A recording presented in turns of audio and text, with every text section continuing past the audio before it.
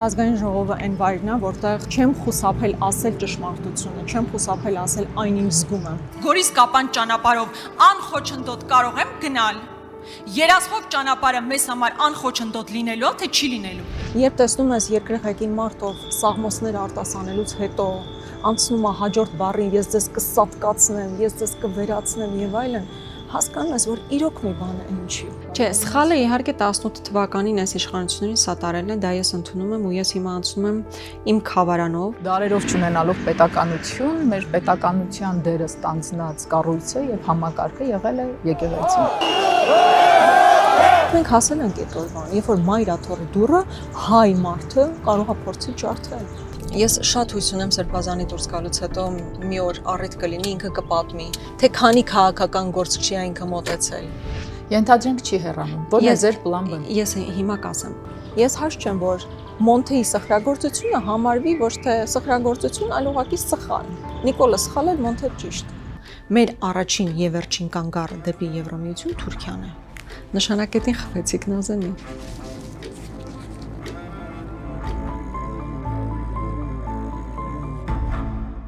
Մենք այսօր կամրջում ենք կնոջը գործչին, քաղաքական գործչին եւ պարզապես հայ մարդու։ Բարի օր Անա ջան, ուրախ եմ շատ, որ այսօր վերջապես կամուրջներում կարող ենք ձեզ հետ խոսել տարբեր կարևոր թեմաներից։ Հետաքրքիր բան է, որ ես պարբերաբար կամուրջներում անդրադառնում եմ տարբեր գործունեություն ծավալող մարդկանց, բայց հենց քաղաքական ուղղվածությամբ գործիչների հետ կապված կամուրջներին առավել եմ պատրաստվում ու միշտ ավելի շատ եմ հուզվում, քան երևի արժի, որովհետև դա խանգարում է հուզմունքը։ Դուք իբրև քաղաքական գործիչ, ձեր ելույթներից առաջ պատրաստվում եք արդյոք, հուզվում եք արդյոք, եթե հուզվում եք, ապա ինչպես եք դա կարողանում կառավարել, որպեսզի ձեզ չխեղդի ու ձայնի ելևէջների մեջ այդ չզգացվի։ Ինձ թվում է, եթե որևէ մեկը լսել է իմ խոսքը, հատկապես ազգային ժողովի ամբիոնից եւ հատկապես այն ելույթները, որոնք վերաբերում են Արցախին, Սյունիքին, այն կորուստներին, որ ունեցել ենք, հաստատ զգացած կլինի ձայնի այն դողը, որ ես բնականորեն ունենում եմ։ Իհարկե աշխատում եմ ժամանակի ընթացքում հնարավորինս վերահսկել դա, էմոցիաները պարպել, բայց անհնար է խոսել այն թեմաների մասին, որոնք ուղիղ կպնում են քո սրտին ու դա ներկայացնել առանց հուզմունքի։ Բնական հուզմունք է, որ առաջանում է, անխուսափելի է։ Այս առումով ինչպես եք փորձում անել այնպես, որ բնական դողից մինչև նորմալ մարդկային հուզմունք չխանգարի ձեր ասելիքը տեղ հասցնելու։ Երբ որ կենտրոնանում ես հիմնական քո ասելիքի վրա, երբ որ դու գիտես, որ կուտակված բան կա, որ դու պետք է փոխանցես քո ժողովրդին, կարողանում ես հավաքել քո մտքերը, կարողանում ես հավաքել քո ամբողջ էմոցիոնալ դաշտը ու փոխանցել։ Ու ես պետք է հետաքրքիր բան ասեմ, ազգային ժողովի հատկապես վերջին տարիներին, ովքեր որ հետևել են, նկատած կլինեն, թե հատկապես կանայք ինչքան համառություն են դրսևորում ազգային ժողովում։ Սա իհարկե շատ հետաքրքիր է, հատկապես կարծում եմ պոստ պատերազմյան տրավմատիկ հասարակության համար ես զգում եմ, որ կանայք շատ ավելի համառ են իրենց մտքերն արտահայտելուց, շատ ավելի պինդ են այն համոզմունքներում, որ կրում են եւ կարողանում են դա փոխանցել մարդկանց։ Եվ հետեւաբար ազգային ժողովը այն վայրն է, որտեղ մենք երբևէ, ես էլ անձնապես կարծում եմ, դա նկատելի է նաեւ կողքից, չեմ խուսափել ասել ճշմարտությունը, չեմ խուսափել ասել այն ինչ զգում եմ։ Երբեմն ձայնի դողերոցքով, երբեմն շատ ավելի ինքնավստահ, բայց միշտ ասել եմ այն ինչ զգում եմ, այն ինչին հավատում եմ ու այն ինչ ճշմարիտ է։ Գիտեք, Աննա, ես ամեն անգամ, երբ անցնում եմ թե ձեր, թե այլ գործիչների ելույթներով, երբ չեմ զլանում, մտնում կարդում եմ մեկնաբանությունները, ես ամեն անգամ հասկանում եմ, որ որևէ նորմալ մարդ իհարկե կցանկանար զբաղվել մի գործով եւ ունենալ մի մասնագիտություն, որտեղ ունի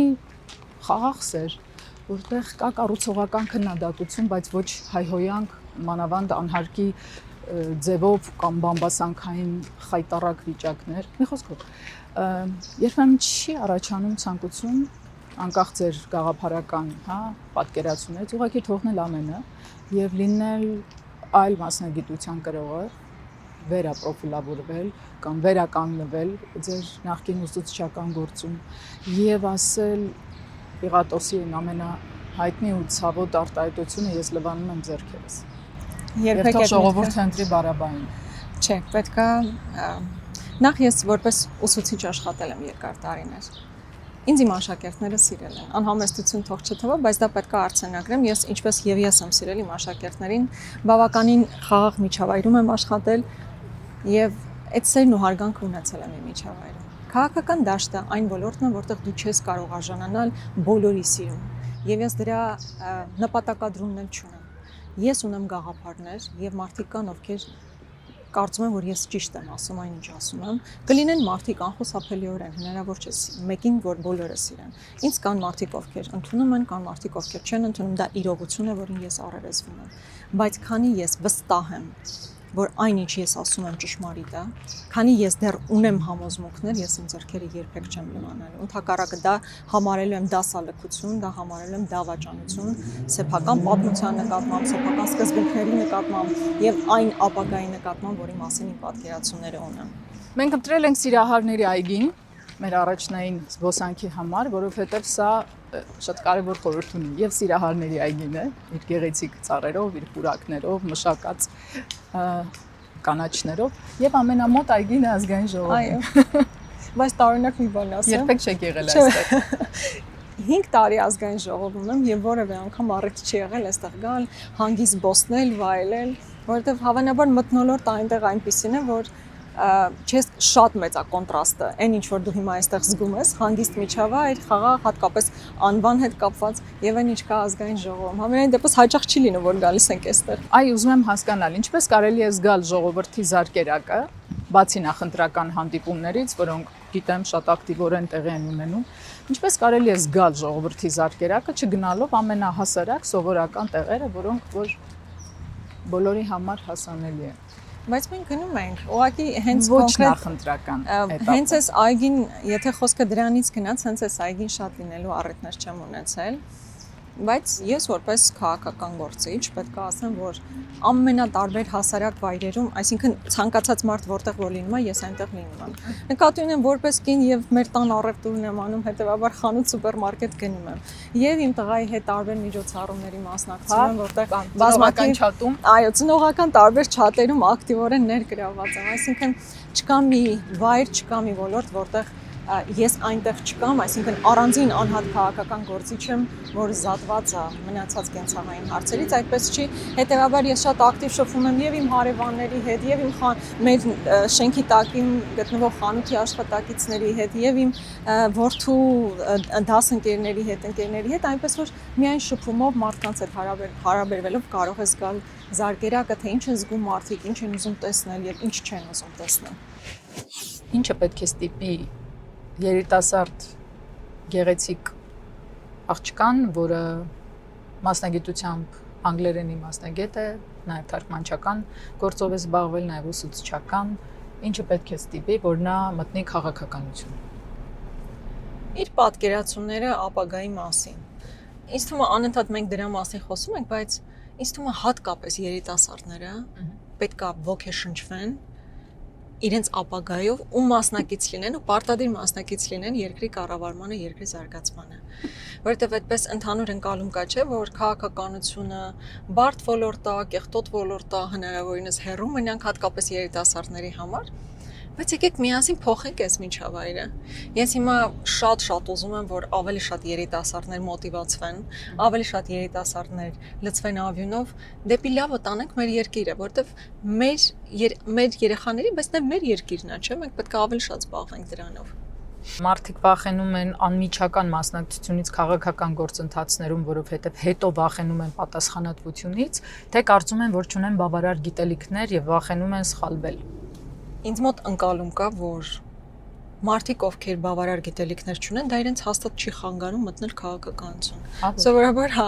մարդիկ, ովքեր խորքային գիտելիքներ ունեն, շատ ավելի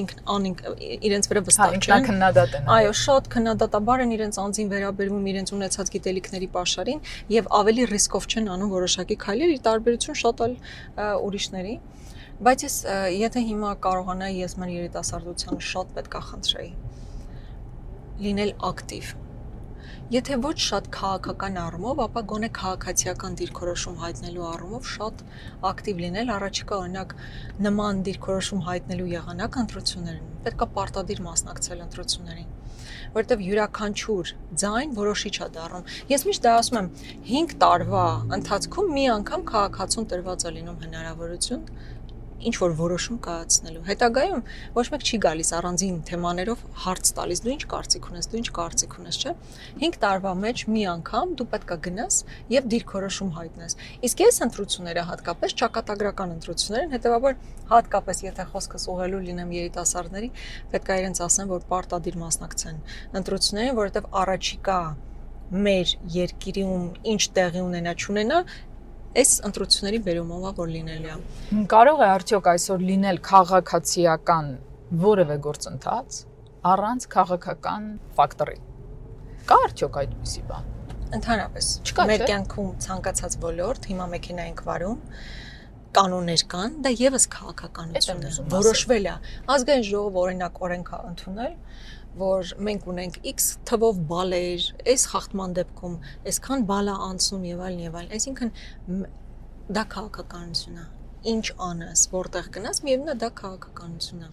Եթե մենք խմում ենք ահավոր որակի ջուր այսօր, խայտառակ աղտոտվածությամբ, ինչքան էլ ես որպես քաղաքացի դրա մասին գոռան բարձրաձայն եմ, բայց վերջնական որոշումը քաղաքական որոշումն է, չէ՞։ Միանշանակ քաղաքական է։ Այս խցանումները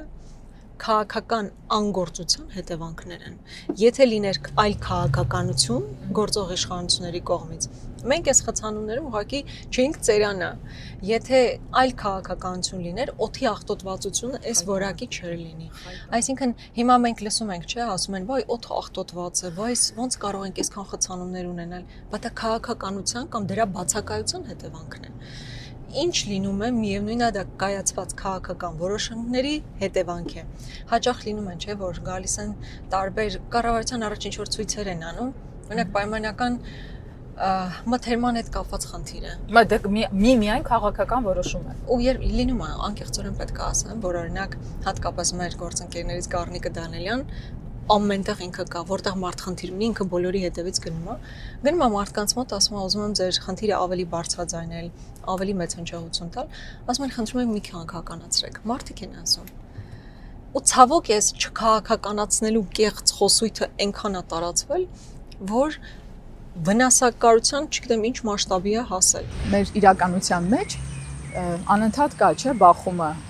նախկին ու ներկա, ընդ որում ես քաղաքական իմաստով հիմա նկատի չունեմ։ Բառացիորեն նախկին եւ ներկա, այսինքն հին աշխարհի անունը դնենք եւ նոր աշխարհի, որը դեռ չգիտենք ինչի մասին է։ Եվ ենթադրենք, որ նորը լավ է, ենթադրենք, որ նորը ճիշտ է կամ հետաքրքիր է կամ եւ այլն։ Բայց կարող է արդյոք նորը ձևավորվել զրոյական կետից, եթե չկա ֆունդամենտ, որը հանդիսանում է որպես հիմնական կարևոր կետը, հենման կետը։ Ախր որևէ նոր բան չի ձևավորվում վակուումի մեջ, օդում։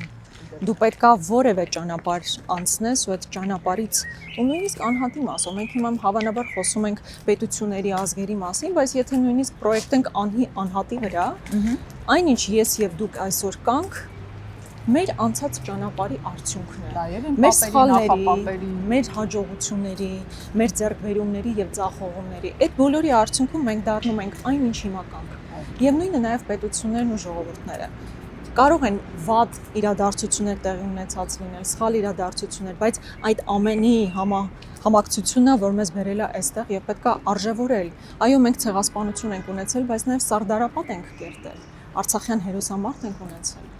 Եվ նորի ձեռքբերման, երբ որ նորի մասին ենք խոսում, չի կարելի մոռանալ անցյալը։ Դու հենման կետ պետք է ունենաս։ Հնարավոր չի որևէ բան կառուցել առանց հենման կետի, ուղղակի օդում, վակուումի մեջ, պարզապես անհնար է։ Որն է ձեր անցյալի ձեր հենման կետը։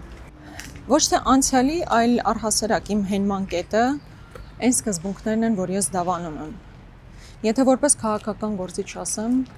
անցյալ տարիների մեր ձեռքբերումներն են, որոնք այսօր փորձում են արժեզրկել։ Ինձ հավանաբար ամենաշատը հունից հանում է այն, որ օրինակ ասում են Արցախյան հերոսամարտը ճակատագրական սխալ էր։ Հասկանում եք, հազարավոր տղաներ իրանց կյանքը տվել են, որպեսզի անկախ հայրենիք ունենան, հայրենիք ունենան առհասարակ, հիմա ասում են, որ դա ճակատագրական սխալ էր։ Նազանի տղաներ կներեք, Այո, հազարավոր մայրեր սпасել են իրենց որդիներին, այդպես էլ չեն կարողացել գրկել անգամ նրանց աչիունը։ Հազարավոր կանայք չեն ունեցել ամուսիններ ու չեն կազմել ընտանիք, որովհետև այո, իրենց ապագա ամուսինները հանուն հայրենիքի զոհվել են ու ինչպես կարելի է մեկ նախադասությամբ այդ ամբողջը վերածել արժեզրկել ու իմ հենման կետը հենց դա է, որ մենք ունեցել ենք փառահեղ պատմություն 30 տարվա մեջ մենք կարողացել ենք կերտել պետականություն, մենք կարողացել ենք հայրենիք ազատագրել ու դա նսեմացնել, նվազ կարևորություն տալ, հերիք չի մի հատ էլ ասել դա ճակատագրական սխալ է, ուղղակի խայտարակություն է ու ես իմ հենման կետը այդ ամեն ինչը պահելն է, ոչ թե առաջ չնայելը, բայց այդ հենման կետն ունենալով առաջ գնալը։ Նազանի, ես պատերազմի օրերին եւ հատկապես պատերազմի վերջին ժամանակահատվածում հավանաբար դու էլ կհիշես այդ կադրերը, երբ տեսնում ենք, երբ տղաների վրա ատրճանակը պահած ադրբեջանցիներն ասում էին, ասեք Ղարաբաղն Ադրբեջանը։ Չէին ասում։ Հասկանում եք, միայն այդ նախադասությունը չասելու համար իրանք մահացան։ Իսկ հիմա այսօր առօք փարոք իրանք կյանքը վայելող իշխանության ներկայացուցիչները ասում են դա ուղղակի ճակատագրական սխալ է։ Իշխանության ամենամեծ սխալն ըստ ձեզ։ Հիմնական մեծ սխալը մեր ազգային շահերի դեմ գնալն է, մեզ մեր արմատներից կտրելը, պետությունը, ազգային պետությունը քաղ հասարակության վերածելն է։ Իսկ քաղ հասարակության մեջ այո կան քաղաքացիական օրենքներ եւ այլն, բայց կա մի շերտ վեր է, որ մեզ բոլորիս ազգ է դարձնում, պետություն է դարձնում, իսկ դա առանց արժեքային համակարգի հնարավոր չի։ Ինձ համար ես այս պայքարի մեջ երբեմն ավելորդ էմոցիոնալ եւ երբեմն ավելորդ սրությամբ խոսում եմ, որտեվ ես զգում եմ, որ ինձ իմ արմատից հանում են։ Ես չեմ ուզում լինել ուղակի քաղաքացի։ Ընդհանրապես Հայաստանում քաղաքացին լավ քաղաքացի չի, եթե ինքը լավ բան, այսպես իր պատմությունը չճանաչող է, իր ազգային արժեքները չկրող է։ Ես ուզում եմ, որ մենք լինենք աշխարհի քաղաքացի լինելուց զատ կամ նախ եւ առաջ լինենք մեր պետության լավ քաղաքացի, մեր պատմությունը ճանաչող եւ մեր արմատներին հավատարիմ։ Ու երբեմն եթե ես ագրեսիվ եմ սիրելի քաղաքացիներ, իմացեք, որ խորն են կպնում ինձ, երբ որ արմատին ես կպնում, այդ ամենացավոտն է ու դրա դրսևորումն է լինում։ Որն է ընդդիմության ամենամեծ սխալը եղել կամ է։ Ինձ թվում է պակաս համախմբվածությունը, հավաքականի մասին եմ խոսում։ Պակաս համախմբվածությունը, երբեմն ավելորդ ամբիցիաների դրսևորումը եւ երբեմն հիմա լավ բան եմ ասում, բայց ընդդիմության համար վատ բան է։ Պետական մտածողությունը, իշխանական դիրքերից դեռևս որոշակի գործողություններ իրականացնել, որտեղ այսօրվա իշխանությունը մնացել է ընդդիմադիրի ֆորմուլայի մեջ, իսկ գործող, այո, հեղափոխական 8 տարի անց հեղափոխական տեքստեր են, 8 տարի անց։ Իսկ այսօրվա ընդդիմությունը հավաքական առումով ավելի սենց իշխանության զսպաշապիկ, որ գալիս է իշխանության, սովորաբար զսպաշապիկ է հագնում քեզ քո գործողությունների ու խոսքի մեջ որոշակի կոնտրոլ կա։ Իսկ ընդդիմությունը մնացել է այդ զսպաշապիկի մեջ ցավոք։ Ինչ է ձեզ համար իշխանությունը։ Պատասխանատվություն, պատասխանատվություն, պատասխանատվություն։ Մի բառով ինչպես կբնորոշեք ներկա իշխանությանը։ Անպատասխանատու, հակահայկական։ Ընդամենը օրեր առաջ մենք տոնում էինք մայիսի 28-ը։ Ամեն մեկը իր ձևով։ Մեկը հիշում էր պատմությունը, մեկը հիշում էր հոգևորականների սխրագործությունները, որովհետև Սարդարապատի հրոսամարտն ինքնին եղել է հենց հոգևորական կամքի, ուժի ու Աստծո օրհնության մեծ գեղեցիկ պատմական փաստ։ Եվ ես հետադարձ հայացքով նայում եմ մեր պատմության տարբեր էջերին 451 թվականին Աբարայրի հայտնի ճակատամարտը տեղի էր ունենում էլի մի հիմնական շարժառիթով։ Մեզ ուզում էին կրոնազրկել, հավատազրկել, որպեսզի դավանափոխել եւ դավանափոխությունը ուներ մեկ հիմնական նպատակ՝ հետագայում ուծացում եւ այլևս երբ չունես արժեքային համակարգ ու հիմնական այդ կետը, հա,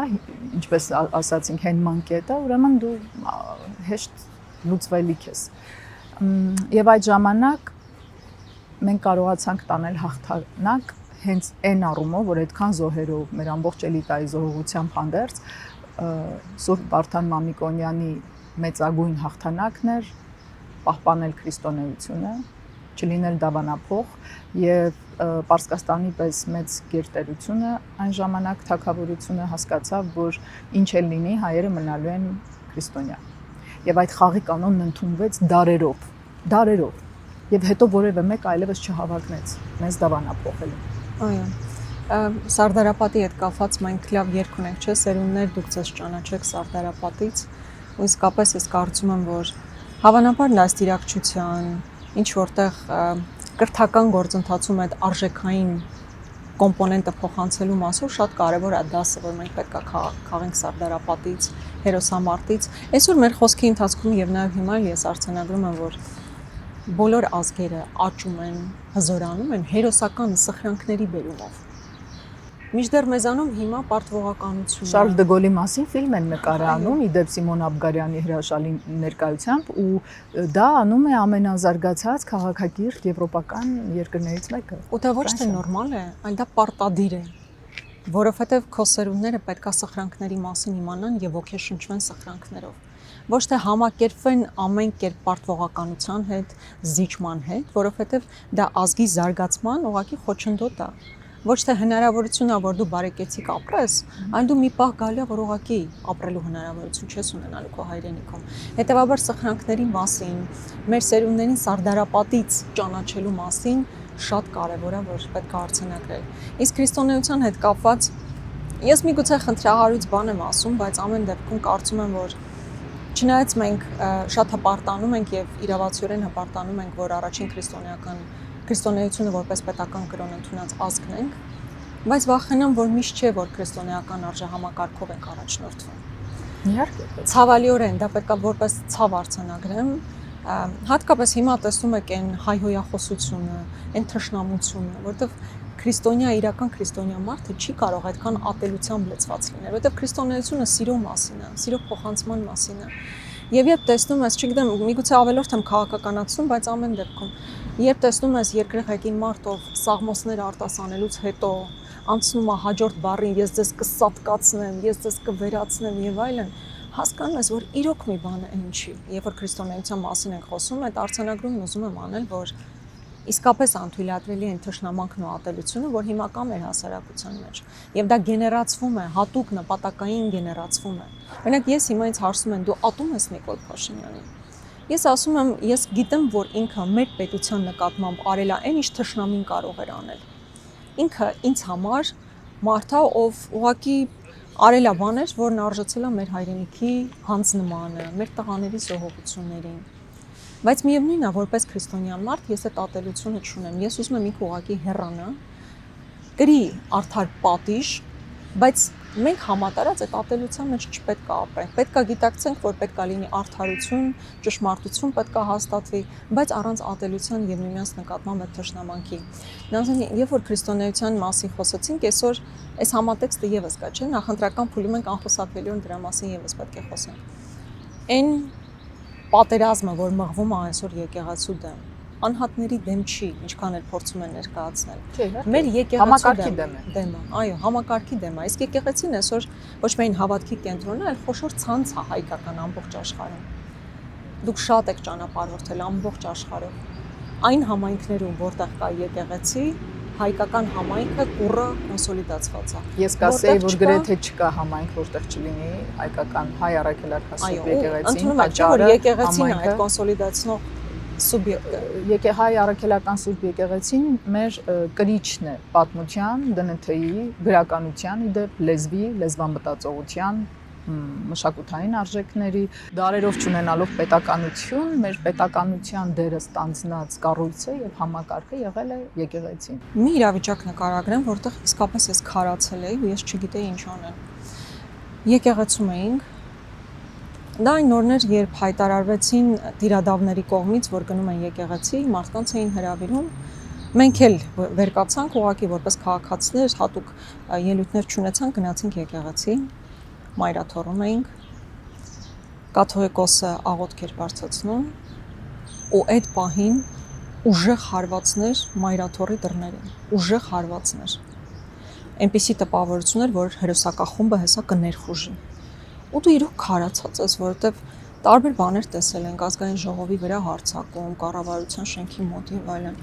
բայց որ մայրաթորի դռները որևէ հայ մարդ կարող է փորձի ջարդել այն ժամանակ, երբ այդ պահին աղոթք է բարձրացվում։ Ես ուղղակի իրոք այսպես սառելի չգիտեի ինչ պետք է անել այդ պահին։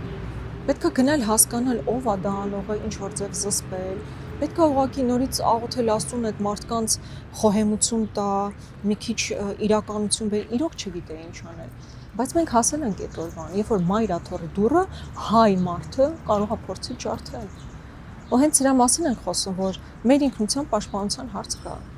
որտեղ եկեղեցին այն եզակի տարերից մեկն է, որ մեր բոլոր հայերի ինքնության անբաժանելի մասն է։ Պետք է պաշտպանել եկեղեցին, քո հավատքը, որի նկատմամբ այսօր աննախադեպ գրող կա։ Դուք որոշում եք ձեր քաղաքական դաշինքի հետ, Հայաստան դաշինքի հետ, միանալ մի պայքարի, որտեղ մարդիկ ունեն ատելության խտացված դոզա։ Եվ օրինակ ցանկություն չի առաջանում հասկանալ կամ ուսումնասիրել, որն է պատճառը ատելության այդպիսի խտանյութի,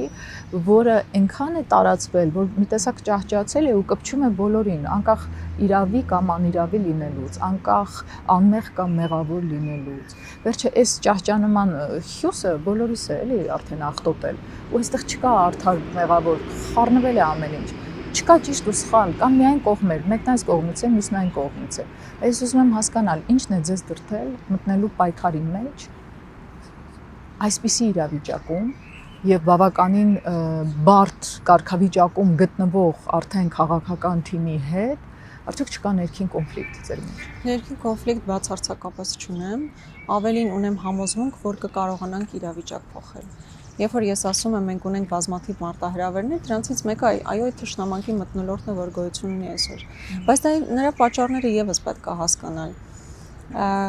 Տարիներ շարունակ տարբեր թեզեր են շրջանառվել, մարդկանց փորձել են մոլորեցնել։ Երբ որ դու մարդու մի բանը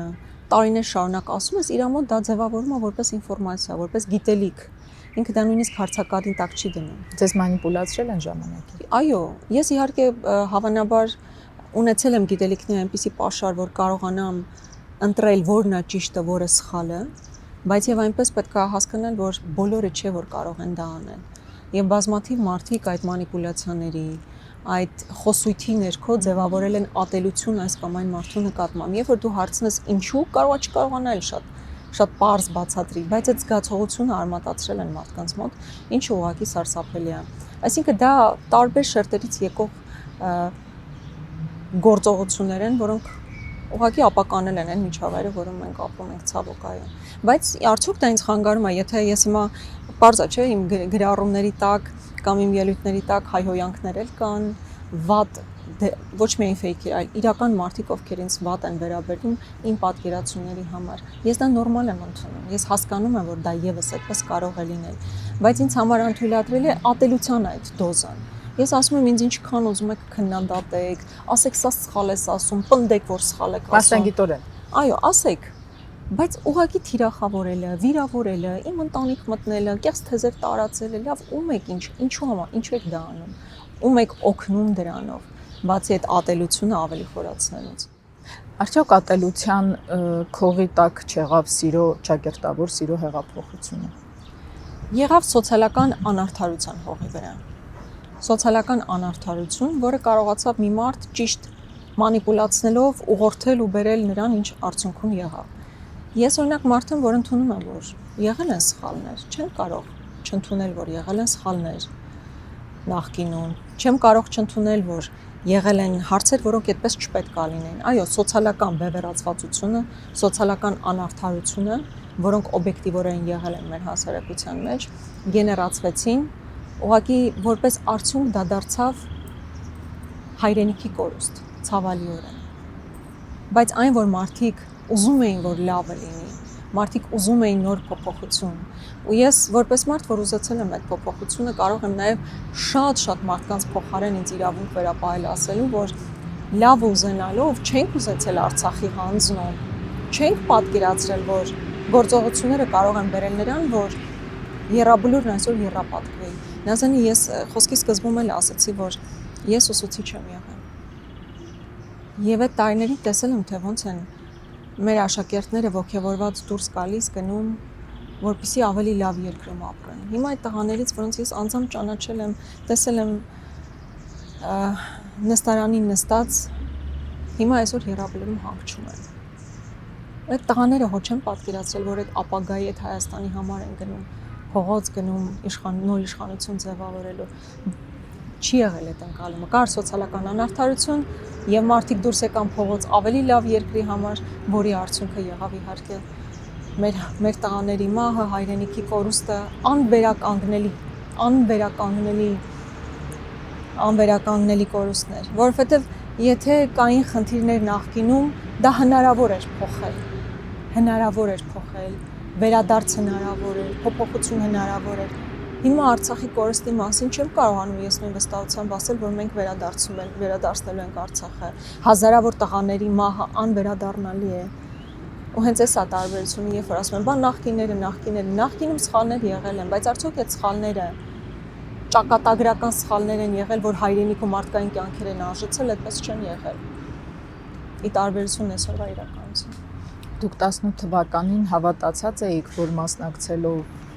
հեղափոխությանը եւ հետագայում դառնալով ներկայումս գործող իշխանությունների թիմակից կարող եք ձեր ասած սոցիալական անարդարությունը փոխել, հա, եւ դարձնել ավելի լավ է երկիրը։ Այո, ես կարծում եմ, որ դա հնարավոր է, որովհետեւ բայց ներսից չգիտեք, չէ՞ իրականությունը։ Դուք դրսի դիտորդ էիք, դուք ուսուցիչ էիք։ Այո, ես չգիտեի, ինչպես 100,000-ավոր այլ մարդիկ։ Այսօր երբ որ մենք տարբեր հանդիպումներ ենք ունենում, նույնիսկ փողոցային պայքարի ժամանակ, ինձ մոտենում են, ասում են 18-ին մենք էլ ենք կարծել, որ ավելի լավ երկրում ենք ապրելու, 18-ին մենք էլ ենք հավատացել, բայց այսքան խաբվել, այսքան ու խաբվելը հերիք չի, էլի, sense այս տիպի մեր ժողովրդին նսեմացնել ուղղակի չէինք պատկերացնում։ Ու իրոք այդպես էր։ Մենք ավելի լավ Հայաստանի համար ենք պայքարում, բայց ոչ այն ճակատագրական իրողությունների համար, որ այսօր բերեց մի մարդ։ Ես ներսից չեմ ճանաչել, ինքս կուսակցական չեմ եղել, քաղաքական թիմի անդամ չեմ եղել, մարդ եմ եղել, ով կողքից տեսել է իրադարձությունները, երկրի ներսում ապրել է, գիտեր խնդիրները, մտածում էր, որ հնարավոր է այդ փոփոխությամբ նոր փոփոխություն, նոր շունչ, իրականում նոր շունչը հնարավոր է մեծ փոփոխություններին բերի, բայց պարզվեց, որ այդ նոր շունչը մահվան շունչ էր։ Եվ հիմա ես էլ մարդ, որ 18 թվականին մասնակցել եմ իշխանափոխությանը, ես ասում եմ, ես հետևաբար ավելի մեծ պատասխանատվություն ունեմ այս իշխանություններին հեռացնելու համար։ Ես գիտեմ, որ 18 թվականին մասնակցած բազմաթիվ մարդիկ ասում են, դե լավ, մի անգամ իշխանափոխություն արեցինք, ինչ ստացանք։ Այսքան կորուստներ բերեցինք, հիմա ավելի լավ է ուղղակի կողք քաշվենք, ոչինչ չանենք։ Ու ես իմ օրինակով իմ մեսիջն եմ ուղղում այդ մարդկանց, որ ոչ թե պետքա կողք քաշվել, որովհետև սխալվել ես, այլ ընդհակառակը սեփական սխալի գիտակցումով ավելի մեծ պատասխանատվություն ստանցնես փոփոխության համար։ Պայքարները տարբեր են, բայց դրանք բոլորը տարբեր որոշումների ընթացակարգ են պահանջում, թե անհատի կողմից, թե հետագայում քաղաքական որևէ ուժի կողմից։ Ձեզ համար ո՞րն է եղել ամենածանր քաղաքական որոշումը, անհատապես կամ ձեր խմբակցության մեջ։ Չէ, սխալը իհարկե 18 թվականին այս իշխանություններին սատարելն է, դա ես ընդունում եմ ու ես հիմա անցնում եմ իմ խավարանով եւ ես ազնիվ եմ ինձ հետ, ազնիվ եմ մարդկանց հետ ու ես այս ճանապարհն անցնում եմ, որպեսզի նաեւ ուղղեմ իմ սխալը։ Դժվար կայացված որոշում։ Կներեք, չկա օրինակ մտավախություն, որ վաղը չեմ այսօր հետադարձ հայացքով նայելով այսօրվա ձեր ընթացքին կարող եք էլի գիտակցել, որ սխալ էր, օրինակ։ Չէ, չկա։ Որտեւ ես հիմա տեսնում եմ իրականությունը, ես տեսնում եմ բոլոր դերակատարներին, ես տեսնում եմ խնդիրները։ Ու հիմա ես ինձ համար բան չկա, այսինքն գախնազերծելու հարց չկա։ 18 թվականին Նիկոլ Փաշինյանի տեքստերը նայեք, ես հիշում եմ մենք քարոզարշավի էինք 18 թվականին իմ քայլը դաշինքով Սյունիքում։ Ու այդ ժամանակ շատ ակտիվորեն խոսվում էր, որ Նիկոլ Փաշինյանը եկել է հողերը տալ եւ հիշում եք այդ խոսույթը կար։ Եվ դա շատ սուր զգացում էր հատկապես Սյունիքում մարդիկ խիստ անհանգիստ էին այդ խոսույթից ու ես հիշում եմ իր գրեթե բոլոր քաղաքներում այդ ժամանակ իր ելույթներին ինքը պարտադիր անդրադառնում էր որ չհավատակ մենք Արցախը մեր հպարտությունը մեր ինքնությունը հատուկ շեշտադրումով այսինքն այն ժամանակ այդ խոսույթը լսում ես ասում ես քոնն է քո խոսույթն է տարբերություն չկա այդ խոսույթի մեջ հիմա գիտես դու ինքը ով է Դու գիտես մնացած դերակատարներն ով են։ Այսինքն ես բացահայտելու բան չունեմ, որ մտածեմ, այս կարող է հիմա սխալ եմ անում։ Հետագայում, երբ որ հետահայացնեմ, ես բացահայտելու նոր բան տեսնելու խնդիր չունեմ։ Այն ժամանակ լսում էիր մի բան, հավատում էիր, բայց պարզված ուրիշ է, ինքը փոխած իր տեսակետը։ Դժվար կայացված որոշումը եղել է ամեն դեպքում մանդատ վերցնել չվերցնելու հարցը, որ ես արդյունքում վերցրեցի մանդատը պատերազմից հետո, երբ հերթը հասավ, ես վերցնում եմ մանդատը թե չէ, այդ որոշումն էր։ Ես վերցրեցի մանդատը, իհարկե չէի էլ պատկերացնում ինչա տեղի ունենալու, ես չգիտեի որտեղ եմ գնում, ովքեր են ինձ շրջապատում, որովհետև պատկերացրեք, ես գնում եմ մի խմբակցություն, չնայած դուրս եմ եկել այդ խմբակցությունից, բայց այնտեղ էլ մարդ չեմ ճանաչում, բայց գիտեմ, որ իրանք իմ պետության նկատմամբ ամենավերջին ստորությունն ու դավաճանությունն են իրականացրել։ Ես չեմ ճանաչում ընդդիմությանը, ու ես մենակ գնացել եմ ազգային ժողով, չեմ ունեցել քաղաքական դաշտում մարդ ում հետ ես կարող եմ խորհրդակցել։ Հիմա որ հետայացնեմ, եմ ասում խենթություն էր դա, գժություն է դա։ Հետ պատերազմական իրավիճակում բոլորը բոլորին ուտում են, դու գնացել ես, ասում ես Նիկոլ դու պետքա գնաս։ Ու որ ոչ միտեղից սատարում չունես։ Քեզ հարվածում են քպայականները, ասում են դու մեզ դավաճանեցիր, քեզ հարվածում է այդ պահի ընդդիմությունը, ասում են այ դու իրանցից ես եղել, նախկին ես։ Հա, դու ոչ միտեղից սատարում չունես, ու ես հիմա որ հետ եմ նայում, ասում եմ իսկապես փառք Տիրոջը, որ այդ ուժը ես ունեցել եմ, որովհետև իսկապես միայն Աստծո կամոք ես կարողացա դա իրականացնել, որովհետև դա ռացիոնալ հաշվարկ չի։ Ռացիոնալ, եթե դնես հաշվարկ ես, դու տեղ անելիք չունես։ Մենակ գնացել ես, ոչ մեկ չունես, քո կողքին ում հետ նույնիսկ կարող ես խորհրդակցել, բայց դու դա արել ես։ Դա ամենադժվար կայացված որոշումն էր։ Ձեր ամուսինը ո՞նց նայեց այդ որոշմանը։ Մենք համատեղ ենք իրականացրել դա։ Բայց ասեմ, հեշտ չի եղել։ Ես չգիտեմ, սա որովհետև պատմել եմ թե չէ, մանդատի վերցնել չվերցնելու վերջնական որոշումը կենտրոնական ընտրական հանձնաժողով ես պետք է հայտնեի 12:00-ին կեսօրին։ Որտեվ եթե ես զանգեի ասեի ես չեմ վերցնում, պետք է ավտոմատ փոխանցվեր ինձնից հաջորդին։ Ինձնից հաջորդ ամենաշատ ձայն հավաքածին։ Ու 12-ից 20 պակաս էր, ես դեռ վերջնական որոշումը չունեի։ Ներքուստ համոզմունք ունեի, որ սա է ճիշտ ճանապարհը։ Խորհրդակցել էի իմ ընտանիքի անդամների հետ, իրենք ինձ կսատարեին, բայց քանի որ անորոշությունը շատ մեծ էր, ես դեռ վերջնական չունեի որոշում, բայց ինչ որ մի բան ինձ մղեց, ինչ որ մի ուժ լինում է, չէ՞ այդպես։ Դու քայլ անում ես, հետո ես գում կարևորությունը քայլի։ Ես այդ քայլն արեցի, ես հիմա այնտեղ եմ հենց այդ քայլի բերում։ Այստեղ հիմա ինչ որ անում եմ, այդ քայլի բերումով է, որ ես հիմա անում եմ։ Դա դժվար կայացված որոշում էր, բայց շատ ճիշտ որոշում էր։ Ես վերջին տարիներին շատ ուշադիր եմ էլի հետևում ընդդիմության գործունեությանը, անկախ նրանից, որ խմբակցության ներկայացուցիչներն են։ Եվ անընդհատ նկատում եմ հիմնական մի բան, որ ինձ շատ բարկացնում է։ Դուք հայելապատ կերպով անընդհատ անդրադարձնում եք ու անդրադառնում եք հիմնականում ներկա գործող իշխանության թեզերին, նրանց բերած օրակարգին, ու ես անընդհատ լսում եմ կրկնվող տեքստեր։ Եվ ես երազում եմ, որպեսզի ընդդիմությունը, հավաքական ընդդիմությունը կամ անհատական ընդդիմությունը ձևավորի իր օրակարգը, եւ ես որպես ընդդիմադիր մեկը կամ ուղղակի Հայաստանի Հանրապետության քաղաքացի հասկանամ լավ, որն է ձեր օրակարգը։ Ոչ թե որ հակադրում եք, ոչ թե որ ասում եք ինչն է նա սխալ ասել։ Անա ջան, ինձ ճիշտ հասկացեք, ես շատ լավ գիտեմ ինչն է ասում, ինչի համար եւ ինչ նպատակ է հետապնդում։ Բայց ես ուզում եմ լսել ընդդիմության օրակարգը ինքնուրույն ձևավորված, ոչ թե հղում անելով ներկա ես հասկանում կամ նախկին ես հասկանում եմ այդ խոսույթը, ես հասկանում եմ այդ քննադատական խոսքը։ Միևնույն ժամանակ պետքա ես մեր օրակարգերից իհարկե կխոսամ, ես ուղղակի ուզում եմ մենք ամբողջ պատկերի մեջ տեսնենք թե այդ խոսույթն ինչու է այդպես եղել, որ հիմնականում դու ստիպված ես լինում արձագանքել, որովհետև տեսեք մեր առաջին փողոցային պայքարը եղել այն ժամանակ, երբ որ Նիկոլ Փաշինյանը հայտարարեց, որ Արցախի նշաձողը պետք է իջեցվի։ Հիմա դու սեփական օրակարգդ դա անխուսափելիորեն դառնում է դա քննադատելն ու ասել Արցախը պետք է հայկական պահել։ Հիմա արդյոք դա դառնում է հայլային արձագանք հնչեցվող մտքին, անխուսափելիորեն դառնում է։ Երբ որ կամ ասում են սահմանադրությունը Սահմանադրությունը պետք է փոխի, այո դու քննադատաբար դա ասում ես, բայց նաև ձևավորում ես օրակարգ պաշտպանելու քո սեփական սահմանադրությունը։ Նկատի ունեմ, այս անցնող տարիներն այնքան բարդ են եղել այդ առումով, որ անհավանական թեզեր ու գործողություններ են իրականացվել, որոնք տեղ չեն թողել քո սեփական այլ օրակարգեր, որոնք տարբեր տիպի օրակարգեր կարող են լինել, այլ դու ստիպված ես ազգակործան, այդ բառն էլ թույլ տվեք ասել, այդ գործողություններին ուղղակի հակազդեցություն ցուցաբերել։ Ես ուզում եմ ձեզ մի օր նկարագրել մեր ազգային ժողովի նիստերից մի օր նկարագրեմ ձեզ ուղղակի, որովհետեւ դուք պատկերացրեք, որ երբեմն մեզանից անկախ ստացվում է, որ ընկնում ես այդ հոսքի մեջ։ Հիշում եք մեր պատգամավորներից երջանկահիշատակ Մհերը։ Կոնֆլիկտ էր ունեցել ԿՊ պատգամավորներից մեկի հետ եւ նիստի ժամանակ թեժացել էր իրավիճակը եւ հարվածել էր ԿՊ պատգամավորին։ Քրեական գործ էր հարուցվել եւ դատախազը եկել էր ազգային ժողով, որպեսզի անձեռնմխելիությունից զերկի Մհերին։ Եվ մենք նախապես ֆրակցիայով որոշել ենք մեր մարտավարությունը, Մհերը գիտի ինչ ելույթ պետք է ունենա,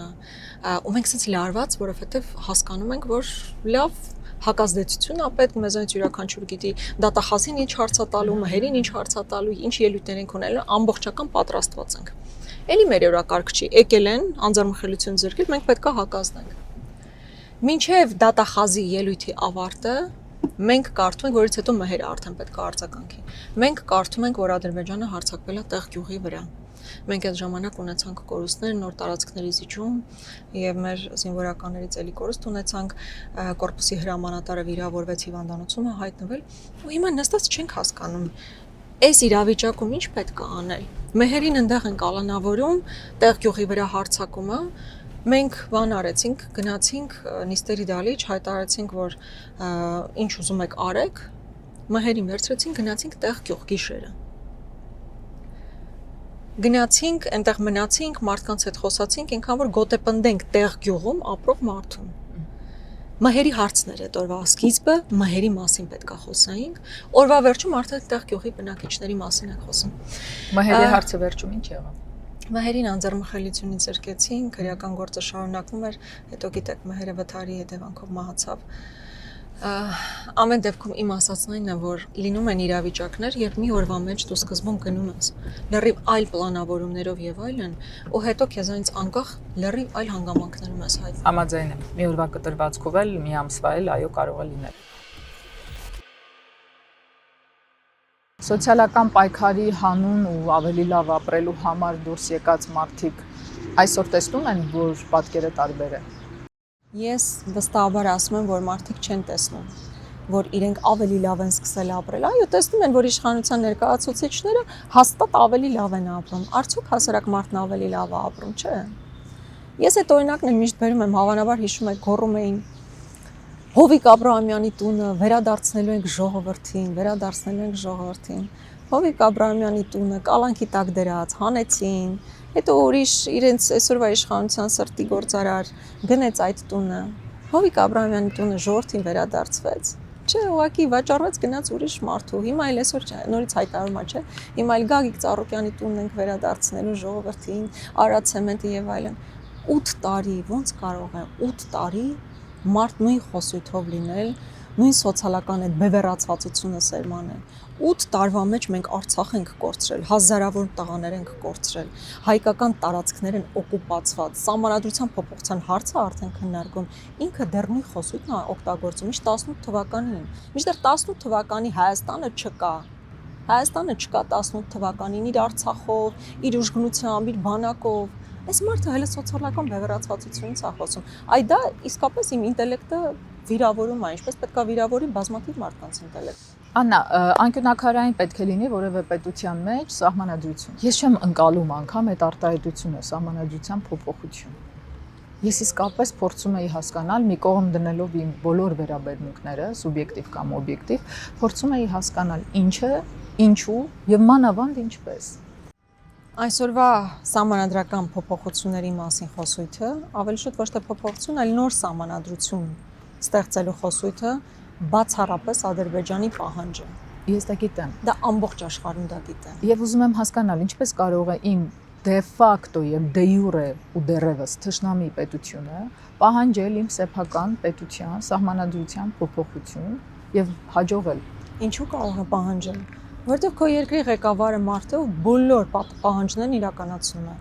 Որովհետև գործակալ է, չգիտեմ, որովհետև ազդեցության գործակալ է, հավանաբար, որովհետև կարծում է դա է ճանապարհը իր իշխանության մնալու։ Ամենայն հավանականություն։ Ինչ ականներ կարող են լինել սահմանադրության ենթադրական փոփոխության մեջ։ Ամբողջ փոփոխության մեխը այն է, որ պետք է նախաբանից հանվի հղումը անկախության հռչակագրի։ Մեր ծննդյան վկայականն է անկախության հռչակագիրը։ Ոնց որ դու ծնվես քո ծննդյան վկայականում։ Մենք դառնում ենք ուղղակի ոչ մի բանի մասին առանց արմատի, առանց ծննդյան վկայականի պետություն։ Հիմա ո՞նց ասում, մեր անկախության հռչակագիրը կոնֆլիկտացին է, հասկանում եք։ Ինձ դժվար է պատկերացնել ոնց ենք մենք կարողանում դեռ այս ամեն ինչը մեկնաբանել։ Ինձ դժվար է դա ասելը, երբ որ հարցում են, բայց ի՞նչն է խնդիրը, որ չեք ուզում սահմանադրություն փոխվի։ Ասում եմ, նախ իսկապես մենք կարծում ենք, որ Ալիևի դիկտատով մենք պետքա մեր կյանքը կարգավորող սահմանադրություն ընդունենք։ Այսինքն իմ եւ ձեր փոխհարաբերությունները ձևավորվում են սահմանադրությամբ։ Հիմա ուզում եք ասել, որ իմ եւ ձեր հարաբերությունները պետքա կարգավորեն Ալիևի պարտադրված փաստաթղթով։ Եթե դրանում օքեյ եք, ուրեմն իսկապես էլ շարունակելու թեմա այդտեղ չկա։ Այդտեղ իրականում շարունակելու թեմա չկա, բայց անկախության հռչակագրում երկու հիմնական կետեր կան, որոնց նկատմամբ չասեմ զգայուն, այլ ընդհակառակ ատելությամբ լցված է Թուրքիան եւ Ադրբեջանը, մեկը վերաբերում է Արցախին, եւ մյուսը վերաբերում է ցեղասպանության հարցին։ Հիմա այն ֆունդամենտները, որոնք հայկականության մասին են, Արցախը հայկական է, չէ՞։ Ցեղասպանության ճանաչումը մեր կնճռոտ կետերից է ցեղասպանությունը, չէ՞, մեր պատմության կնճռոտ վերքերից է։ Բայց մեր պատմությունն է, մենք դրա մասին ենք։ Մենք այսօր այդ արմատները կրող մարդիկ ենք, չէ՞։ Հետևաբար անթույլատրելի է այդ հրաժարումը, ցեղասպանության հարցից հրաժարումը, Արցախը հայկական չհամարելը։ Ես անկեղծ պետք է ասեմ, ոչ միայն 8 տարի առաջ, այլ ես 35 տարեկան եմ, 35 տարի առաջ հնարավոր չէր որևէ հայ Հայաստանում, Հայաստանից դուրս բարձրաձայներ ու ասեր Արցախը հայկական չի։ Ուղղակի հնարավոր չէ, ասում եք, այդ մտքի ցունամի է առաջանում, ոնց կարա մարդ ասի ու դեռ օքեյ լինեն բազմաթիվ մարդիկ ու դեռ ծափահարեն։ Ինձ առհասարակ շատ զարմացնում է տարբեր իրականությունների հետ մեր հանրության որոշ շերտերի հաշտ լինելը, եւ ես դա անգամ չեմ կարող մեկնաբանել, որովհետեւ դեռ ինքս չեմ մարսել, էլ ուր մնաց կարողանամ մեկնաբանել։ Բայց Արցախի հանձնումը եւ Արցախից բացարձակ հրաժարումը այսօրվա իշխանությունները մարսեցին։ Ես չեմ կարծում, որ մարսել են։ Այդպես կարող է թվալ, բայց վստահ եմ առաջիկա ընտրություններում էլ մեր ժողովրդի դիրքորոշումը կհայտնի եւ հետո պատմական արձանագրում է, եթե նույնիսկ այսօր կարողանում են տարբեր մանիպուլյացիաներով, տարբեր սոցիալական ծրագրերով շղարշ ստեղծել, որ իրենք մարսել են, պատմության արձանագրումը միևնույնն է լինելու է, որ ինքը հանձնել է Արցախը։ Արցախը հազարամյակներով հայերով բնակեցված եղել է եւ իր կառավարման օրոք այլևս բնակեցված չէ հայերով։ Լավ, դա պատմական արձանագրում է, ինչ է դա փոխելու մարդկանց գիտակցության մեջ։ Մենք Սյունիքում ունենք Մելիք Ֆրանգյուլի գերեզմանը։ Հայտնի։ Մի նման բան էլ իր համար կկառուցվի։ Բայց հիմա նախընտրական փուլում մենք ես շատ եմ խոսում ինչ ա եղել առաջ, ինչ ա արել այս իշխանությունը։ Բայց ես նաև ուզում եմ ասել, թե ինչ կլինի, եթե Աստված մի արած ինքը վերընտրվի։ Նախ ամբողջությամբ արժեզրկումն է մեր անցյալին։ Ես հաշտ չեմ դրա հետ։ Ես հաշտ չեմ, որ Մոնթեի սխրագործությունը համարվի ոչ թե սխրագործություն, այլ ուղղակի սխալ։ Մոնթեն չի սխալվել, Նիկոլն է սխալ եղել։ Նիկոլը սխալ էր, Մոնթեն ճիշտ։ Ես չեմ ուզում այդ արժեզրկումը լինի, ես չեմ ուզում իմ երեխան սովորի մի դասագրքով, որտեղ դա ներկայացվում Արցախյան մեր հորեսամարտը ներկայացվում է ոչ թե որպես հաղթանակ, այլ որպես սխալ, որ պետքա չարվեր։ Ես չեմ ուզում իսկապես մենք ապրենք Ալիևի սահմանադրության ներքո։ Ես չեմ ուզում ցեղասպանության հարցը չլինի մեր արտաքին քաղաքական օրակարգում եւ այդտեղ էլ հարցեր առաջանան, չէ՞։ Հիմա հարցադրումը ինչ ենք մենք արել, որ ստիպել են թուրքերին մեզ ցեղասպանել։ Այսինքն մեզ վրա է նույնիսկ դրվում մեղքը։ Սրանք ֆունդամենտալ հարցեր են։ Ես օրինակ այսօր բարբերաբար խոսում եմ անվճար կրթությունից, թոշակներից, աշխատավարձի բարձրացումից, բայց դրանք մի քիչ էսկոմ, մի քիչ ենկողում իսկապես փոփոխելի հարցեր են։ Այ հայ մարդու ինքնության վերաբերող հարցերը անհնարին է մատերի արանքով նայել, անհնար է չտեսնել այդ խնդիրները։ Կամ անընդհատ ասում են, չէ, մենք դպրոցներ ենք կառուցում, նոր դպրոցներ ենք կառուցում, ես շատ ուրախ եմ, որ դպրոցները կառուցվում են։ Բայց դու ինչ բովանդակություն ես դնում այդ դպրոցում։ Դու ինչ դասագրքերով ես քո եկող սերնդին դասավանդում, մաշտոցն ես հանում, պատմություն ես խեղաթյուրում։ Հետևաբար պետք է բովանդակությունը առաջնային դառնա ամեն դեպքում։ Եվ այդ սոցիալականից զատ իրական այսպես մեր ինքնությանը, մեր արմատներին վերաբերող հարցերը շատ կարևոր են։ 21-րդ դարում բոլոր ազատությունների մեջ մենք հասել ենք զնդանային մտածողության, որ մեր փոխարեն պետք է որոշեն, թե մենք որ լեռանը նայենք առհասարակ։ Օրինակ, պարզ է, չէ, որ սա էլի լեռան մասին չի ֆիզիկապես։ Սա այն խորհրդի մասին է, որը մենք դարերով մեր մեջ կրել ենք, մեր հիշողության ոչնչացման մասին է։ Այդ ամեն ինչի հանրագումարում նոր իրականության ձևավորման մասին է, որը կարող է լինել դրական, եթե չլիներ ամեն ինչ այսքան վատ։ Այսօրվա իշխանությունները հաճախ չարենց են, չէ՞, մեջբերում, բայց հիմա ես էլ դուք էլ երիտասարդի, որևէ երիտասարդի հարցնեն գոնե մի բանաստեղծություն, որ ինքը գիտի, ես իմ անուշ Հայաստանին կասի, չէ՞։ Արևահամբարն եմ սիրում։ Այո, եւ որտեղ ասում է ինչպես անհաս Փարքի ճամփա, Ես իմ մասի սարն եմ սիրում։ Ինչքան ճիշտ է Խորեն Աբրահամյանը կարդում այդ կորալով։ Այո, Ես իմ մասի սարն եմ սիրում։ ու պատահական չի գրված, պատահական չի։ Ու պատահական չի, որ դա ամենախորն է նստում մեր սրտում։ Մեզ երբեմն ինչն է հուզում, ինչն է այսպես ավելին հոգուն կպնում, բաներ, որոնք կարող է դու չես էլ գիտակցում, որ դա քո համար թանկ է, բայց սկսում ես հուզվել, երբ որ հա Արցախի, ես օրինակ մի բան, որից հիմա ամեն շատն եմ հուզվում, սովորաբար տենց հուզվող մարդ չեմ, բայց հենց օրինակ Շուշան Պետրոսյանի Արցախը, որ լսում եմ, ասենց անխոսափելիորեն լացում եմ, կամ Արարատի մասին, որ խոսք է գնում, քո հոգին լցվում է, դրանք ուղղակի արհեստականորեն, պարտադրանքով ձևավորված խորհրդանիշներ չեն, արժեքներ չեն, դու դրա մեջ մեծանում ես, ապրում ես, ու ես իսկապես ինձ վատ եմ զգում, որ հիմա մեզ փորձում են պարտադրել հանել այդ ամեն ինչը մեր մեջից, ասել, որ մերը չի եղել եւ չի, դրա համար է իմ հիմա այս կոնֆլիկտը, ու երբ որ երբեմն հարցում են, բայլա ո՞նց ես դիմանում, ոնց ես կարողանում այդ ատելության խոսքին, վիրավորանքներին դեռ այդ ամեն ինչով հանդերձ դիմանալ, որովհետև այնքան խորն է իմ մեջ դա նստած, այնքան խորն են այդ արժեքները իմ մեջ նստած, որ այդ վիրավորանքները ոչ մի բան են, թեթև քարեր են, որ նետվում են ինձ ուղղության, որ նույնիսկ ես չեմ էլ նկատում։ Խոստում մի այլ էներգետիկա կա, մի այլ ուժ կա ու խոստուպի այդ ամբողջ միջակայքով, նույն Տիգրան Ասարը, մյուսը, երրորդը, որ մեկը նշես, բացարձակ ուրիշ իրականություն է, որը ձեր մանկության բույրը, հիշողությունը, տրիգերը։ Այ էլի ամեն դեպքում բնությունն է, ոչ թե հատուկ մի բան է, այլ ընդհանուր բնությունը։ Ես Դուք Լեռնահայաստանցի եք, Աննա, այո։ Նժդեհի ասած Լեռնահայաստան։ Ես Լեռնահայաստանցի եմ ու շատ հպարտ եմ։ Երբ որ այդ բառը ասվում է, միգուցե անհամեստություն է դա իհարկե, բայց այդ Լեռնահայաստանցու այդ բանը զգում եմ, առանցքը ես զգում եմ իմ մեջ։ Խոստուպն է, սարերն է։ Հիմա ասենց միգուցե այդպես շատ չի երևում, բայց ես շատ ակտիվ երեխա եմ եղել, դաշտերով, սարերով վազվզող, տարբեր տեղեր գնացող, խմբերով երեխաներով գնում էինք բաներում, սարերում ինչ-որ բաներ հավաքելու, նույնիսկ մոշ հավաքելու, ասենց այդ բանը ունեցել եմ իմ մեջ, ակտիվ երեխա եմ եղել շատ, ու այդ բնությունը ես ապրել եմ այդ բնությամբ։ Բակային կռիվներ, այո, տղաներին ծեծել։ Ծեծելը վստահ չեմ, բայց շատ տղա ընկերներ եմ ունեցել ու Բաքում այդպես է ստացվել, որ աղջիկները ավելի քիչ էին, տղաներն ավելի շատ էին, ինչքան էլ զարմանալի չլիներ, ես Բաքում ֆուտբոլ եմ խաղացել, բասկետբոլ, ֆուտբոլ, տղաների հետ տարբեր խաղեր, նկատի ունեմ բակային այն բոլոր խաղերը, որոնք խաղում են երեխաները, ես բոլորը խաղացել ենք, բայց իհարկե կապանը, բնությունը, ստուփը, սարերը, լեռները, դա մի տեսակ նաև մարդուն ձևավորում է, դա մի տեսակ իհարկե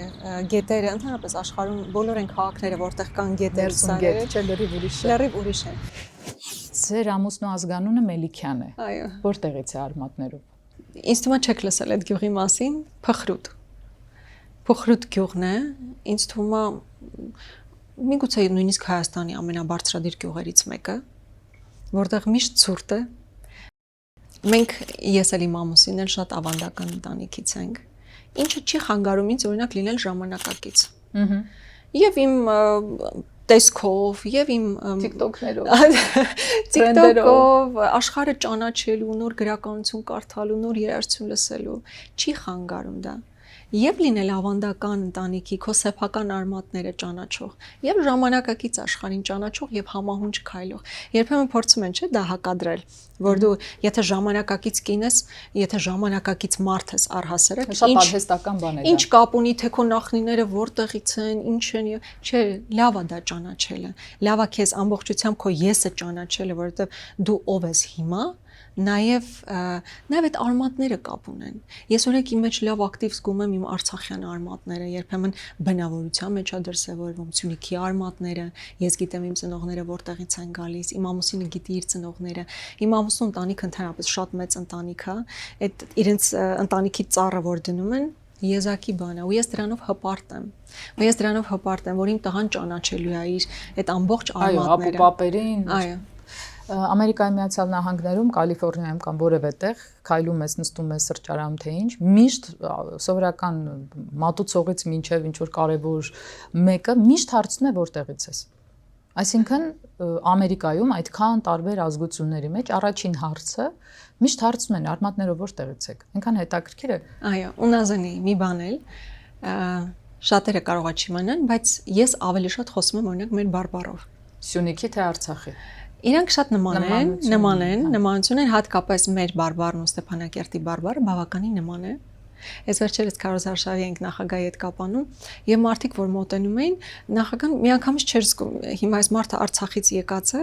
թե Սյունեցի է, Կապանցի է, որտեվ իսկապես բարբառային շատ նմանություններ կա։ Ու ես շատ հպարտ եմ, որ մենք կարողանում ենք այդ նաեւ բարբառը պահել, չգիտեմ, մարդիկ ինձ հավանաբար չեն լսել բարբառով խոսելիս, բայց այդ լավ է, այդ ավանդույթները պահելը լավ է։ Կարող եք բարբառով պատասխանել, մենք էլ կլսենք, ես շատ եմ սիրում մեր հայկական բարբառները, եւ գտնում եմ, որ դա մեր հարստությունն է, մեր լեզվամտածողության հարստությունն է։ Ամենաշատը ինչն եք սիրում ձեր որդու մեջ ու արդյոք ընկերներ եք, դե պատասխանեք ձեր բարբառով։ Վայ կարել չմտի։ Այդ բարդ հարցին կարել չմտի պատասխանի, բայց ասեմ։ Իմ տղան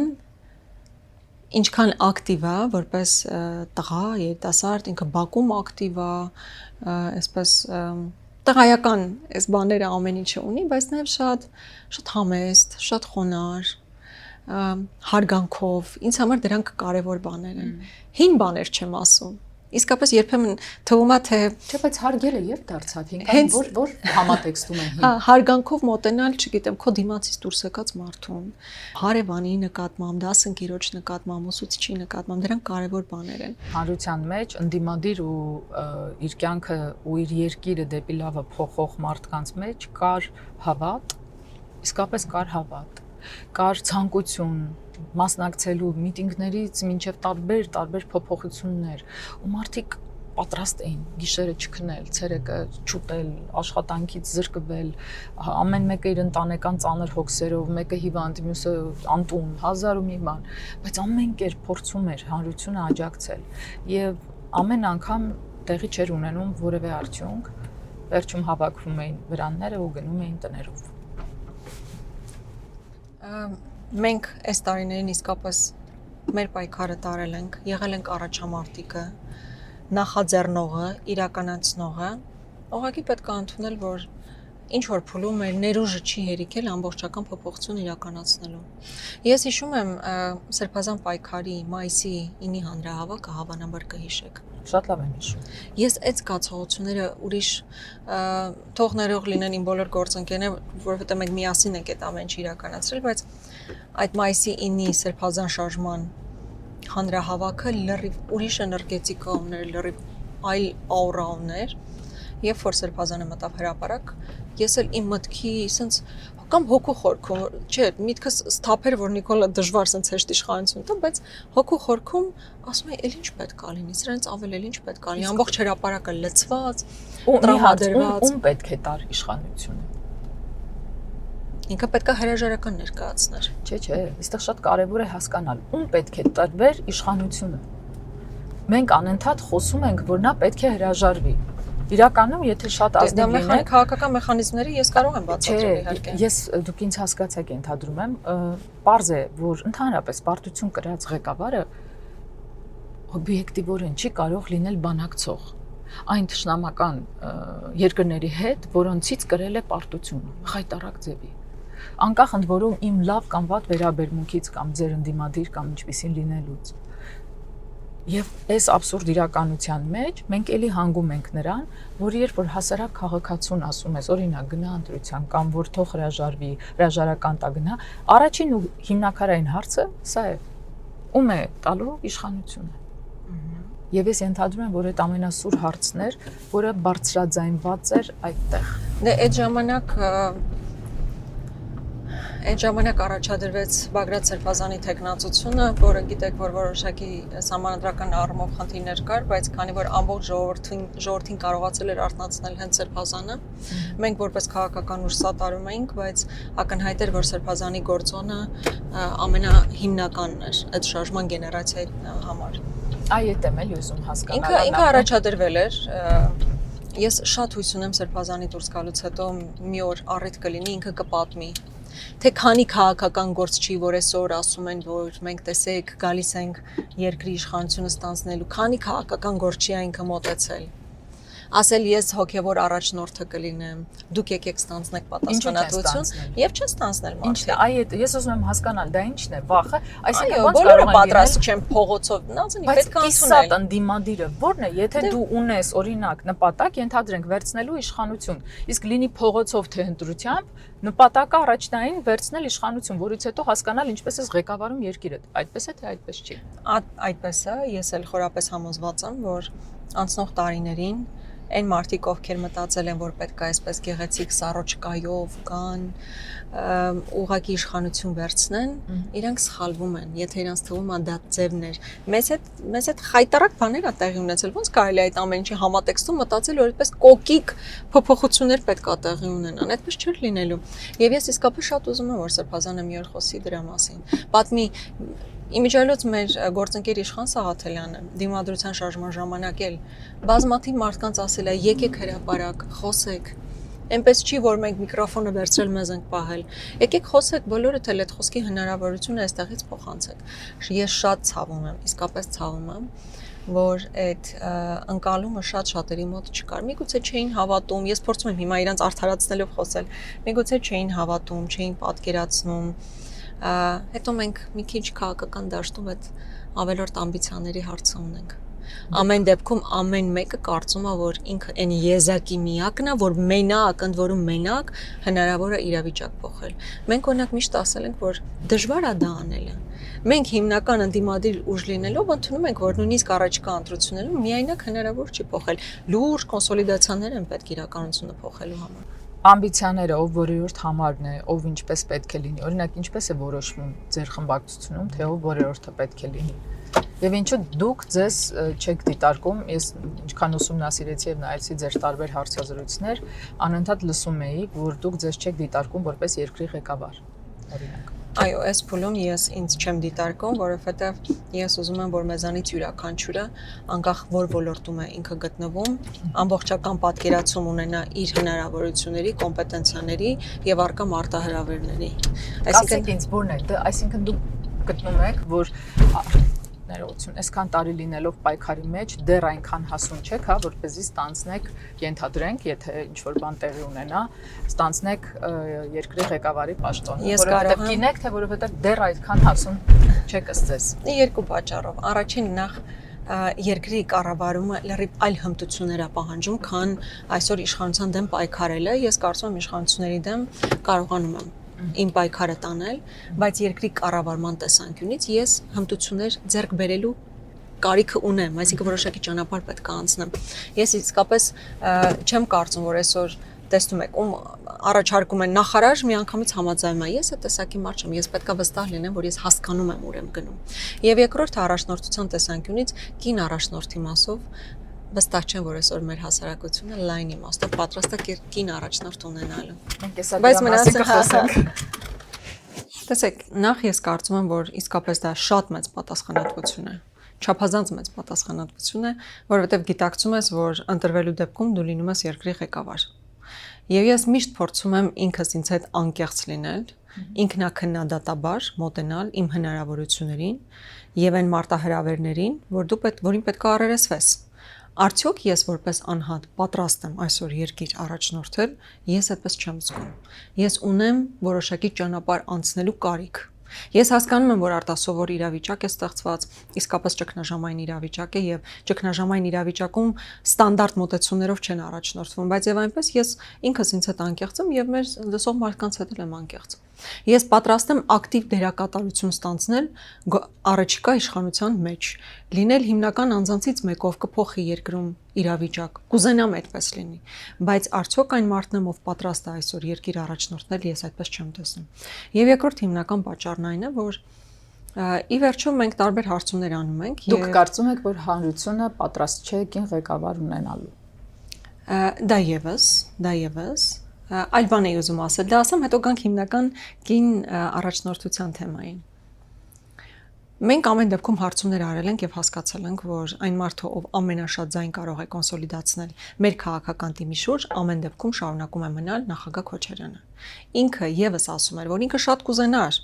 որ լիներ մեկ երկրորդ անձը, ում շուրջ հնարավոր կլիներ նման կոնսոլիդացիա իրականացնել, բայց ցավոք այսօր ունենք այն իրավիճակը, ցավոք որն ամեն դեպքում իրավիճակն այնպեսին է, որ կա, եւ նախագահ Քոչարյանի շուրջ ձևավորված դաշինքով մենք այսօր մասնակցում ենք ընտրություններին։ Իսկ ինչ վերաբերում է նրան, թե արդյոք Հայաստանը կարող է կին առաջնորդել։ Ես խորապես համոզված եմ, որ լինելու է, գալու է այդ օրը, որ կինը կառաջնորդի Հայաստանի Հանրապետությունը։ Ու ես հպարտությամբ կարձանագրեմ այդ օրը, անկախ նրանից ով կլինի այդ կինը, որովհետև նույնիսկ Միացյալ Նահանգների նման երկրում դեռևս կին առաջնորդ չի եղել։ Եվ եթե մեր նորանկախ պատմության ընթացքում մոտ ապագայում ունենանք կին առաջնորդ, իսկապես եզակի այսպես արձանագրում կարող է լինել, որովհետև post-սովետական տարածաշրջանում էլ կին առաջնորդություն եզակի է։ Հա մեր ամիջական հարևանությամբ էլ Վրացիները։ Դե այնտեղ նախագահն է կին եղել, որը ավելի sense թագուհու կերպարով, հա, անգլիական թագուհու կարգավիճակ է։ Դեպս ժամանակին շատ ուժեղ երթեր ու միտինգներ էին կազմակերպվում եւ նախագահը իր ձևով վերցրել էր իր պրո-եվրոպական գիծը եւ ամեն կերպ տանում էր։ Բայց ինքը փաստացի երկրի ղեկավարը չէր, այսինքն որոշում կայացնողը շարունակում է լինել վարչապետ, այսինքն վարչապետին էին ընտրել, իսկ նախագահան արագ փոխվեց այլ երկրի նախագահ, այսինքն նկատի ունեմ իրական առաջնորդության տեսանկյունից, հավանաբար միայն Մոլդովայում է, որ Սանդոն ընտրվեց, վերընտրվեց, բայց մեծ հաշվով, եթե մենք առաջիկայում ունենանք կին առաջնորդ, ես իսկապես հպարտությամբ կարձանագրեմ դա, ցավոք այսօր ես չեմ տեսնում։ Միգուցե դուք տեսնում եք, միգուցե ձեր շրջապատում պատրաստ են ընդունել կնոջ առաջնորդությունը։ Ես շատ ավելի տարբեր շրջանակներ, սահմանամերձ գյուղերից մինչև այլ միջավայրեր շփում ունեմ ու ես դեռ չեմ տեսնում, որ այդ ընկալումը կա։ Աննա, քանի տարեկան է ձեր որդին։ Շուտով 15։ 15 տարի առաջ, երբ նա պետք է ծնվեր, դուք արդյոք վստահ եք, որ դուք պատրաստ եք ճիշտ ու լավ ծնող լինելու։ Այ, շատ ուղիղ հարց տվեցիք։ Չէ։ Համենայն դեպս այն ժամանակ ես երիտասարդ էի, 20 տարեկան էի, շատ ուզում էի, բայց էլի այդ մտածում էի, արդյոք պատրաստ եմ, պատրաստ չեմ։ Նշանակետին խփեցիք Նազենի։ Իսկապես մայրանալուց էլ հատկապես եւ քո առաջնեկն է ամբողջությամբ պատրաստ չես լինում, որովհետեւ դա նոր իրողություն է քո կյանքում, նոր իրավիճակ։ Այն ժամանակ պատրաստ չէի, բայց շատ արագ կարողացա մտնել եւ հույս ունեմ կարողանում եմ իմ մայրական իրական պարտականությունները կատարել։ Ձեր որդուն դուք ունեցել եք 20 տարեկանում։ 20 տարեկանում, այո։ 29-ում դուք արդեն հարում եք քաղաքական այն ուժին, որի դեմ հիմա պայքարում եք։ Այո։ 29 տարեկանում ունեիք արդյոք այնքան հասունություն, որպեսզի ընդհանրապես մտնեք քաղաքական որևէ գործընթացի մեջ։ Դուք, որ 17 թվականին նոր անցել եք ԱԳՆ-ի դիվանագիտական դպրոցով։ Այո։ Ես միշտ ավելի ցանկացել եմ դիվանագիտական աշխատանք, որ կուլիսներից էս կողմ էր, այսինքն ընդհանուր արտաքին քաղաքական գիծը կա եւ դու պետքա մաքսիմում կարողանաս դա իրականացնել։ Բայց այդ շատ թյուր կարծիք է, որ դիվանագետները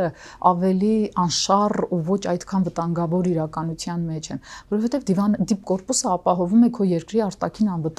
անվտանգությունը։ Շատ միանշանակ դրա մասին խոսք չկա, ուղղակի դիվանագետները այսպես front face չեն, այսինքն հանրային մարդիկ չեն, ավելի իրենց աշխատանքը տարբեր երկրներում առաջ մղող մարդիկ են, չէ, եզակի, հիմա օրինակ ասեք, որտեղ ունենք եզակի դեսպաների անուններ կարող ենք հիշել։ Ինձ իմ բնությանը ավելի համահունչ է այդ ավելի ոչ հանրային, ոչ front face լինելը, բայց տարիների ընթացքում այս ամբողջ 5 տարիների ընթացքում, երբ որ ակտիվ քաղաքական պայքարի մեջ եմ, ամեն դեպքում ես հիմա ներդաշնակ եմ զգում եւ հանրային դաշտում իմ դիրքավորմամբ եւ հանրային խոսքի մեջ եւ այս front face լինելու կարգավիճակին։ Ինչ եք կարծում, եթե ընտրություններն ավարտվում են հոգուտ ընդդիմության, հավաքական ընդդիմության, հնարավոր է արդյոք փոխել ներկայիս Հայաստանի կարգավիճակը եւ իրավիճակը, երբ ոչ թե պարտվողականությունից դու անընդհատ զիջումների ես գնում, այլ փորձում ես հավասարի պես բանակցել հոգուտ քո երկրի։ Նախ ես վստահ եմ, որ փոփոխությունը լինելու է, եւ առաջիկայում մեր ժողովուրդը իր կուտակված էմոցիաները դրսևորել է հունիսի 7-ի ընտրություններով եւ վերջապես փոխելու ենք այն իշխանությանը, որ ամենամեծ չարիքն է գործել մեր պետության եւ մեր ժողովրդի նկատմամբ։ Եվ եթե չունենայի համոզմունք, որ մենք հնարավոր է երկրի իրավիճակը փոխենք, չէի մտնի այս process-ների մեջ։ Ինձ համար խնդիրը միայն իշխանապողությունը չի, դա ընդհանրապես մի դրվագն է, առաջին քայլն է, որ պետք է իրականացվի, որպեսզի դու կարողանաս մնացած քո հիմնական պատկերացումներն իրականացնել։ Եվ ես վարկյան անգամ չեմ կասկածում, որ մեր միջազգային դիրքը, ընկալումները ամբողջությամբ փոխվելու են։ Այսօր տեսեք, Ռուսաստանն ասում է մի հատ կողմնորոշվեք, ԵՄ թե ԵԱՏՄ, ուլտիմատումը դնում է։ Թուրքիան ասում է ուլտիմատումը դնում է, ասում է գնացեք Ադրբեջանի հետ բոլոր հարցերը կարգավորեք։ Ադրբեջանը իր հերթին ուլտիմատումը դնում է սահմանադրություն փոխել, չգիտեմ, զինանշան փոխել եւ այլն։ Մենք հիմա ապրում ենք մի իրավիճակում, որտեղ մեզ հետ խոսում են ուլտիմատումներով, որ սա պետք է անեք, սա պետք է անեք, սա պետք է անեք։ Ես վստահ եմ, որ իշխանության փոփոխությամբ այդ փոփոխությունը լինելու է։ Եվ դա ոչ թե եւ դա միանշանակ չի բերելու պատերազմի։ Մեզ հիմա դրանով են չէ փորձում վախեցնել, որ եթե ինչ որ փոփոխություն լինի այսօրվա կզած դիրքորոշումների մեջ, դա բերելու է պատերազմի, դա պատերազմի չի բերելու։ Ընդհակառակը պատերազմի բերումը այս նվաստացած քաղաքականությունն է, երբ որ քո դիմացինը գիտի, որ քեզանից ինչ որ պահանջի, այն էլ ստանալու է։ Իսկ եթե վստահ լինի, որ կա Հայաստանում այնպիսի իշխանություն, որ պատրաստ է իր երկրի շահերը պահել, չեն համարձակվի այդ գործողություններն իրականացնել։ Ես հանուն այդ փոփոխության եմ ուզում, որ իշխանափոխություն լինի։ Իշխանափոխություն, զուտ իշխանափոխության համար ինձ ընդհանրապես հետաքրքիր չի։ 2009 թվականին Սիրիայում ժողովուրդը ցնծում էր, որ վերջապես բաց են սահմանները Թուրքիայի հետ եւ կարելի ասել պատմականորեն նրանց ամենալավ հարաբերության ժամանակաշրջանն էր եւ որոշակի կարճ ժամանակ անց ահաբեկիչների ներխուժմամբ ու ընդհանրապես այդ երկիրը իր ձևի մեջ անեքսիայի ենթարկելով մենք տեսնենք այսօր ինչ վիճակում է Սիրիան եւ ինչ վիճակում ենք նաեւ մենք դրանից դուրս եկած բոլոր պատճառահետևանքային կապերով արդյոք օրինակ Թուրքիայի հետ սահմանների բացումը գերագնահատված չի եւ արդյոք այն սողացող պատերազմը, որը փաստացի այսօր էլ կա, չի վերածվի տնտեսական սողացող պատերազմի, որը մեզ վերջնականապես կուլ կտա։ Մեր ընկալումներում երբեմն զգում եմ, որ ասում են մենք պետք է բացենք Թուրքիայի հետ սահմանը։ Դա 91 թվականից բայց ով է փակել սահմանը, չէ՞, մենք չենք փակել սահմանը։ Թուրքիան է փակել սահմանը։ Հիմա մեզանից պահանջում են քայլեր, որոնք մեր պետական շահերին դեմ են։ Այսինքն սահմանի բացումը այնպիսի գին է ունենում փաստացի հիմա մեզ վրա, որ պետությունը արժանում։ Հիմա մի սահմանի բացելու համար մեզ ասում են սա Ադրբեջանի բոլոր պահանջները կատարեք։ Բայց նաև այո, այդ ռիսկերը կան։ Ես օրինակ կողմ եմ սահմանների բացմանը։ Դա կուլտ չեմ դարձնում, այսինքն միայն այն, որ պետքա բոլոր սահմանները բացվեն, ամեն ինչ անենք, պետություն հանձնենք սահման բացելու համար, այդ բանաձևը չի աշխատում։ Ու հետո սահման բացելիս էլ դու պետքա հստակ ունենաս որոշակի կարգավորումներ։ Հա, թուրքական կապիտալի ներկայության առումով, բայց դու ամբողջ մի գյուղատնտեսության ոլորտ կարող է ուղղակի ոչնչացվի։ Դու համապատասխան կարգավորումներ պատրաստ ես ներկայացնելու իրականացնել, թե ոչ։ Մենք տեսնում ենք, չէ, այսօրվա իշխանությունը ընդհանրապես չի մտածում դրա մասին։ Այսօր մեր մթերքների հետ կապված արտահանման լուրջ խնդիր է առաջացել, որովհետև Ռուսաստանը արգելք է դրել, իսկ մեր հիմնական պրոդուկտը գնում է դեպի Ռուսաստան եւ ԵԱՏՄ շուկա։ Դուք ասում եք ուլտիմատումների լեզվով մեզ հետ չեն խոսի, բայց հիմա փաստացի Ռուսաստանը ուլտիմատումի լեզվով է խոսում։ Օրինակ ո՞նց եք պատկերացնում կարգավորել ու բերել ընդհանուր բալանսի։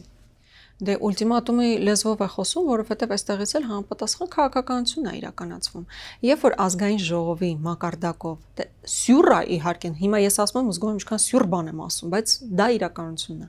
Ազգային ժողովի մակարդակով ընդունվում է օրենք Եվրոպական միության անդամակցության գործընթացի մեկնարկի մասին։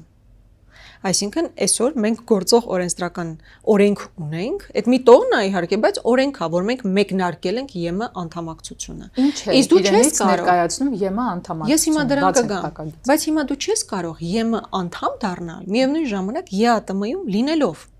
Հիմա Ռուսաստանն էլ օբյեկտիվորեն ասում է, եթե դուք օրենք եք ընդունել եւ դուք ասում եք պետք է դառնաք ԵՄ անդամ, ուրեմն ԵԱՏՄ անդամ չեք կարող դառնալ։ Սա սովորական տրամաբանական բան է։ ԵՄ թե ԵԱՏՄ, ոնց որ մենք հիմա այստեղ նստած ենք, չենք կարող միևնույն ժամանակ Սիրահարների այգում լինել։ Կամ այնտեղ ենք, կամ այստեղ ենք, չէ՞։ Այնտեղից եկանք այստեղ։ Հիմա եթե դու ուզում ես գնաս ԵՄ, պետք է ԵԱՏՄ-ից դուրս գալ։ Եվ Ռուսաստանը օբյեկտիվորեն այդ հարցադրումները հնչեցնում է։ Բայց ԵՄ անդամ դառնալու համար մեր հարևան Վրաստանը տասնամյակներով այդ process-ով անցել է։ Ինչ պահանջներ դրել են իրականացրել է, ամեն ինչ արել է։ ԵՄ անդամ է, ԵՄ անդամ չի։ Ուկրաինան ԵՄ անդամակցության ու ՆԱՏՕ անդամակցության խաթր, որպեսզի դառնա այդ երկու կառույցների անդամ,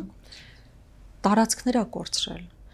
Խայտարակ ժողովրդագրական պատկեր է, ինչքան միլիոնից ավել փախստականներ ունեն ու դեռևս հստակ չի իրան կդառնա ԵՄ անդամ թե չէ։ Լավ մենք ինչի ենք մեզ, ինչու ենք մեր պետություն ազատականացում եւ իդեպ Ուկրաինայի քաղաքացիները մինչեւ օրս ազատ ելումուտ են անում եվրոպական տարբեր Շենգեն գոտու երկրներ եւ կարողանում են հաստատվել, այնտեղ ապրել, աշխատել ու շատ է նաեւ արտագաղթը հենց սրանով էլ պայմանավորված։ Այո, ես դրան կգամ, բայց իմ ասածն այն էր, որ Հայաստանը դնել զոհասեղանին, չիմանալով թե առաջիկայում ինչ կարող է լինել։ Այսինքն դու չունես երաշխիք։ Չունես երաշխիք, որ քեզ ԵՄ-ն կընդունի, դու չունես երաշխիք, որ այն ԵԱՏՄ-ի հետ պայմանագիրը խզելու դեպքում դու կոմպենսացիա ստանում ես ԵՄ շուկայից, օրինակ տարական բան է, չէ, ջերմուկը արգելել են վաճառքը Ռուսաստանում, դու օրինակ ջերմուկը կարողանաս Եվրոպական միության երկրներում վաճառել։ Եթե դու չունես այդ երաշխիքը, իսկապես մեր տնտեսության կոլապսի ենք գնալու։ Բայց հիմա երբ որ ասում եք վիզաների ազատականացում,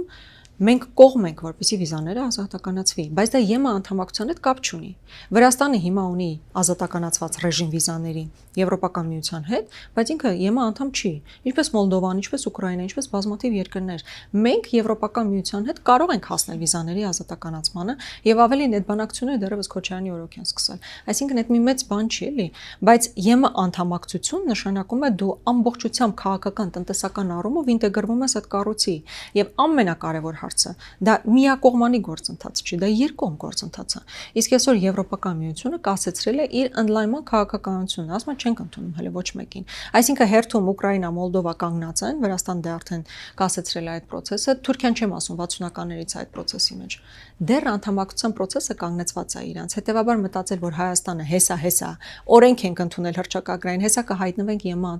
անդամ կդառնանք, իրականում պետք է ազնիվ լինել մեր ժողովրդի հետ, ասել, որ մենք ԵՄ-ի հետ ունենք ընդհանրություններ, ունենք շահեր, այդ ու նաև քաղաքակրթական ընդհանրություններ, եւ մենք պետք է ժողովրդավարության առումով, ազատ խոսքի առումով, այո, եվրոպական ստանդարտներով ապրենք։ Վիզաներ ազատականացման, այո, պետք է հասնել, բայց անդամակցությունը իրատեսական չի, եւ ԵՄ անդամ պետության ղեկավարները նույնիսկ ասում են, այո, մենք դա հիմա չենք տեսնում, բայց եթե դուք ուզում եք շարժվեք այդ ուղղությամբ, մենք երաշխիքներ չենք տալիս։ Շատ են մտավախությունները, որ Ռուսաստանի հետ առևտրային մանավանդ այս կոլապսի արդյունքում Հայաստանը վերջնական փակուղու առջև է կանգնելու եւ միակ ազատ միջանցքը լինելու է դեպի Թուրքիա եւ Ադրբեջան։ Իրականում մենք սկզբում խոսեցինք Թուրքիայի մասին եւ ԵՄ-ի մասին եւ պետք է ասել այն բոլոր խոսույթները գործող իշխանությունների, որ մենք գնում ենք դեպի Եվրոպական միություն, միայն մի բանի մասին են, որ մենք գնում ենք Թուրքիա։ Մեր առաջին եւ վերջին կանգառը դեպի Եվրոմիություն Թուրքիան է։ Ինչ վտանգներ եք տեսնում այդտեղ։ Այդտեղ նախ այն ինչ որ հնարավոր չի անել ռազմական ճանապարհով, հնարավոր է անել տնտեսական, մշակութային եւ այլ ճանապարհներով։ Եվ հիմա դրա իրականացման ճանապարհին ենք մենք գտնվում։ Իրական դրա իրականացման ճանապարհին ենք գտնվում։ Հիմա տեսեք Վրաստանում դու գնում ես Աջարիա, տեսնում ես ակնհայտ թուրքական ներկայացում։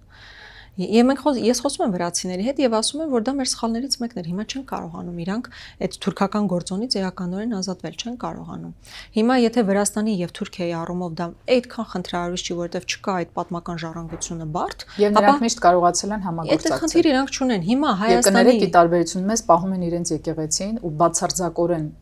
արժեք է դա իրենց համար։ Դե իրենց Վրացուղափար եկեղեցին այդ առանձին պետությունը պետության մեջ։ Ես հիշում եմ դե արդեն մահացել է Այլիա պատրիարխը, բայց իր նկատմամբ այդ ակնածանքը եւ այդ այսինքն բացարձակ հեղինակություն էր Իլյան։ Եթե իր խոսքը դա նշանակում է որ ինչ քաղաքական գործիչ կարող էր նրա խոսքին դեմ բան խոսել ու ես կա չէ երբեմն հայերի եւ վրացիների միջև ինչ որ Հա, զուգահեռ մրցակցության ինչ-որ մի բան, բայց այդտեղ պետքա դրական նախանձով նայել, թե ինչպես են վերաբերում իրենց եկեղեցուն, իրենց եկեղեցու առաջնորդին։ Բայց ես ուզում եմ, որ այն մարդիկ, ովքեր շատ ուզում են Եվրոպական միություն գնալ, ես ամբողջությամբ հասկանում եմ, որովհետև Եվրոպական միությունը ինքը շատ լավ կառույց է եւ այլն, բայց իրատեսական լինելը ռացիոնալության դաշտ բերելը նաև քաղաքական գործիչների խնդիրն է եւ որպես քաղաքական գործիչ ես չեմ կարող չասել, որ սա արկածախնդրություն է, որը կարող է արժանանալ տնտեսական կոլապսի։ Ինչպես արկածախնդրություններ Արցախյան բանակցությունների ֆորմատում են փոփոխություններն իրականացնել, ինչ ինքը արեց Արցախը Հայաստանը վերջ եւ այլն, ինչը բերեց որը պարզվեց պատահական խոսույթեր իր կողմից։ Հա, ինչպես ինքն էր ասում, բայց արդյունքը ամեն ինչ դատում են արդյունքներով, ծառը ճանաչվում է իր պտղից։ Եվ հիմա եթե որպես արդյունք մի անգամ արկածախնդիր քաղաքականության բերումով մենք հասել ենք Արցախի կորստի, հիմա մեծ տնտեսական կոլապսը ինչին է պետք։ Լավ, երբ որ ասում ենք ռուսական գազի փոխարեն մենք Ադրբեջանից գազ կբերենք։ Լավ, ինչու։ Մենք ինչ խնդիր ենք դրանով լուծում։ Մենք իրականում ինչ խնդիր ենք դրանով լուծում։ Հատկապես երբ որ տեղից է Ադրբեջանի գազը։ Հենց դա է ասում, օրինակ Եվրոպական միությունը սանկցիաներ է կիրառել Ռուսաստանի նկատմամբ գազի ներմուծման տեսանկյունից։ Հիմա ռուսական գազը գալիս է Ադրբեջան, Ադրբեջանից գնում է Եվրոպական միություն։ Լավ, այսինքն մենք էլ հա մեզ եվրոպացիների տեղը դնենք, ասենք Ծաղկաձորով մասիվ։ Ծաղկաձորով մասիվ։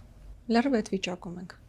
Պետք է բալանսավորված ճշգրիտ քաղաքականություն իրականացնել եւ Ադրբեջանի հետ պետք հարաբերություններ կարգավորել եւ Թուրքիայի հետ եւ չթշնամանալ Ռուսաստանի հետ, այդ ներուժը չկա։ Դուք հասցրեցիք ուսումնասիրել Ռուբիոյի կողմից ստորագրված 3 փաստաթղթերը։ Հա, նախ այցը շատ սիմվոլիկ էր, այցը խիստ սիմվոլիկ էր։ Նախընտրական էր, բայց չէ որ այդ փաստաթուղթը իր մեջ ունի 3 վտանգավորագույն ական։ Այդ ականները կան, բայց ամեն դեպքում ինքը շատ սիմվոլ։ Ես ընդհանրապես չեմ հիշում, որ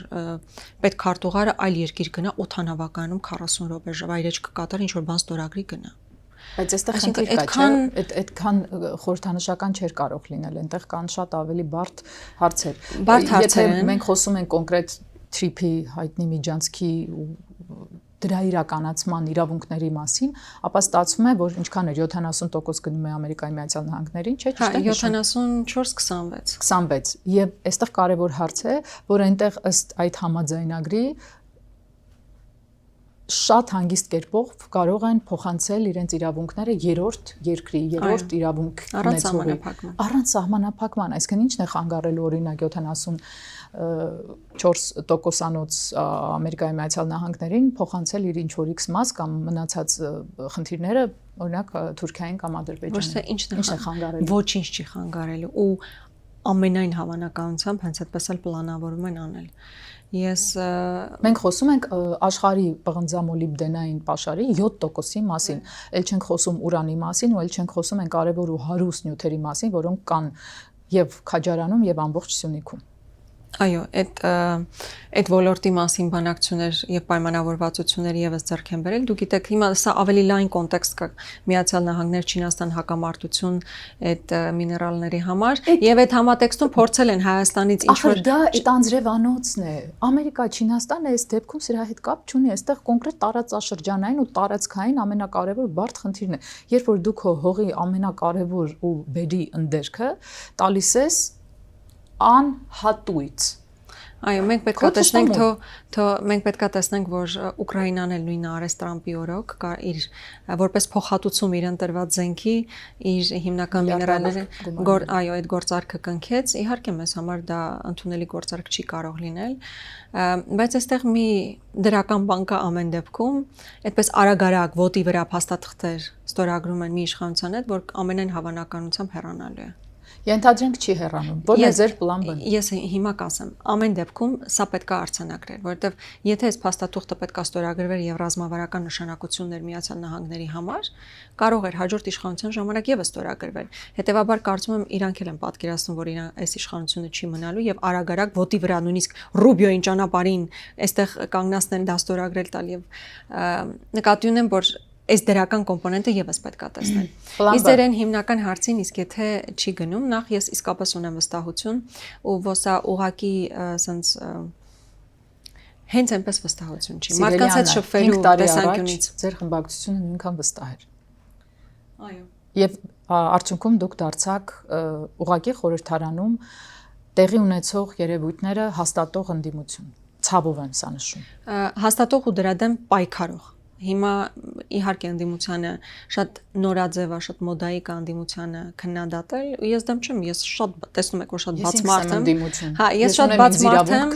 Այո, շատ բաց մարդ եմ, կարող են հանգիստ քննադատել, միևնույն ժամանակ նաև արձանագրել, որ այս անցնող տարիներին կռիվ տվողն ենք եղել, խորհրդարանում էլ, խորհրդանից դուրս էլ, այդ քաղաքական պատասխանատվությունից վարքյան չենք խուսափել եւ հետ չենք կանգնել։ Հետեւաբար ուղղակի դիտարկում ուզեցա անպայմանորեն անել։ Եվ եթե Աստված մի արածցե Նիկոլ Փաշինյանը որոշի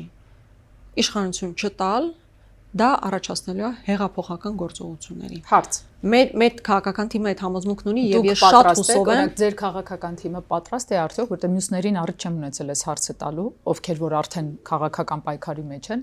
արդյոք պատրաստ է լինելու դնելու մանդատների, ենթադրենք, եթե դուք ունեք ձեր անցողիկ բոլոր շեմերը եւ մեծամասնություն եք, ու ստեղծելու այնպիսի իրավիճակ, որպեսզի ընդհանրապես ներկա խորհրդարանը անբավեր համարվի։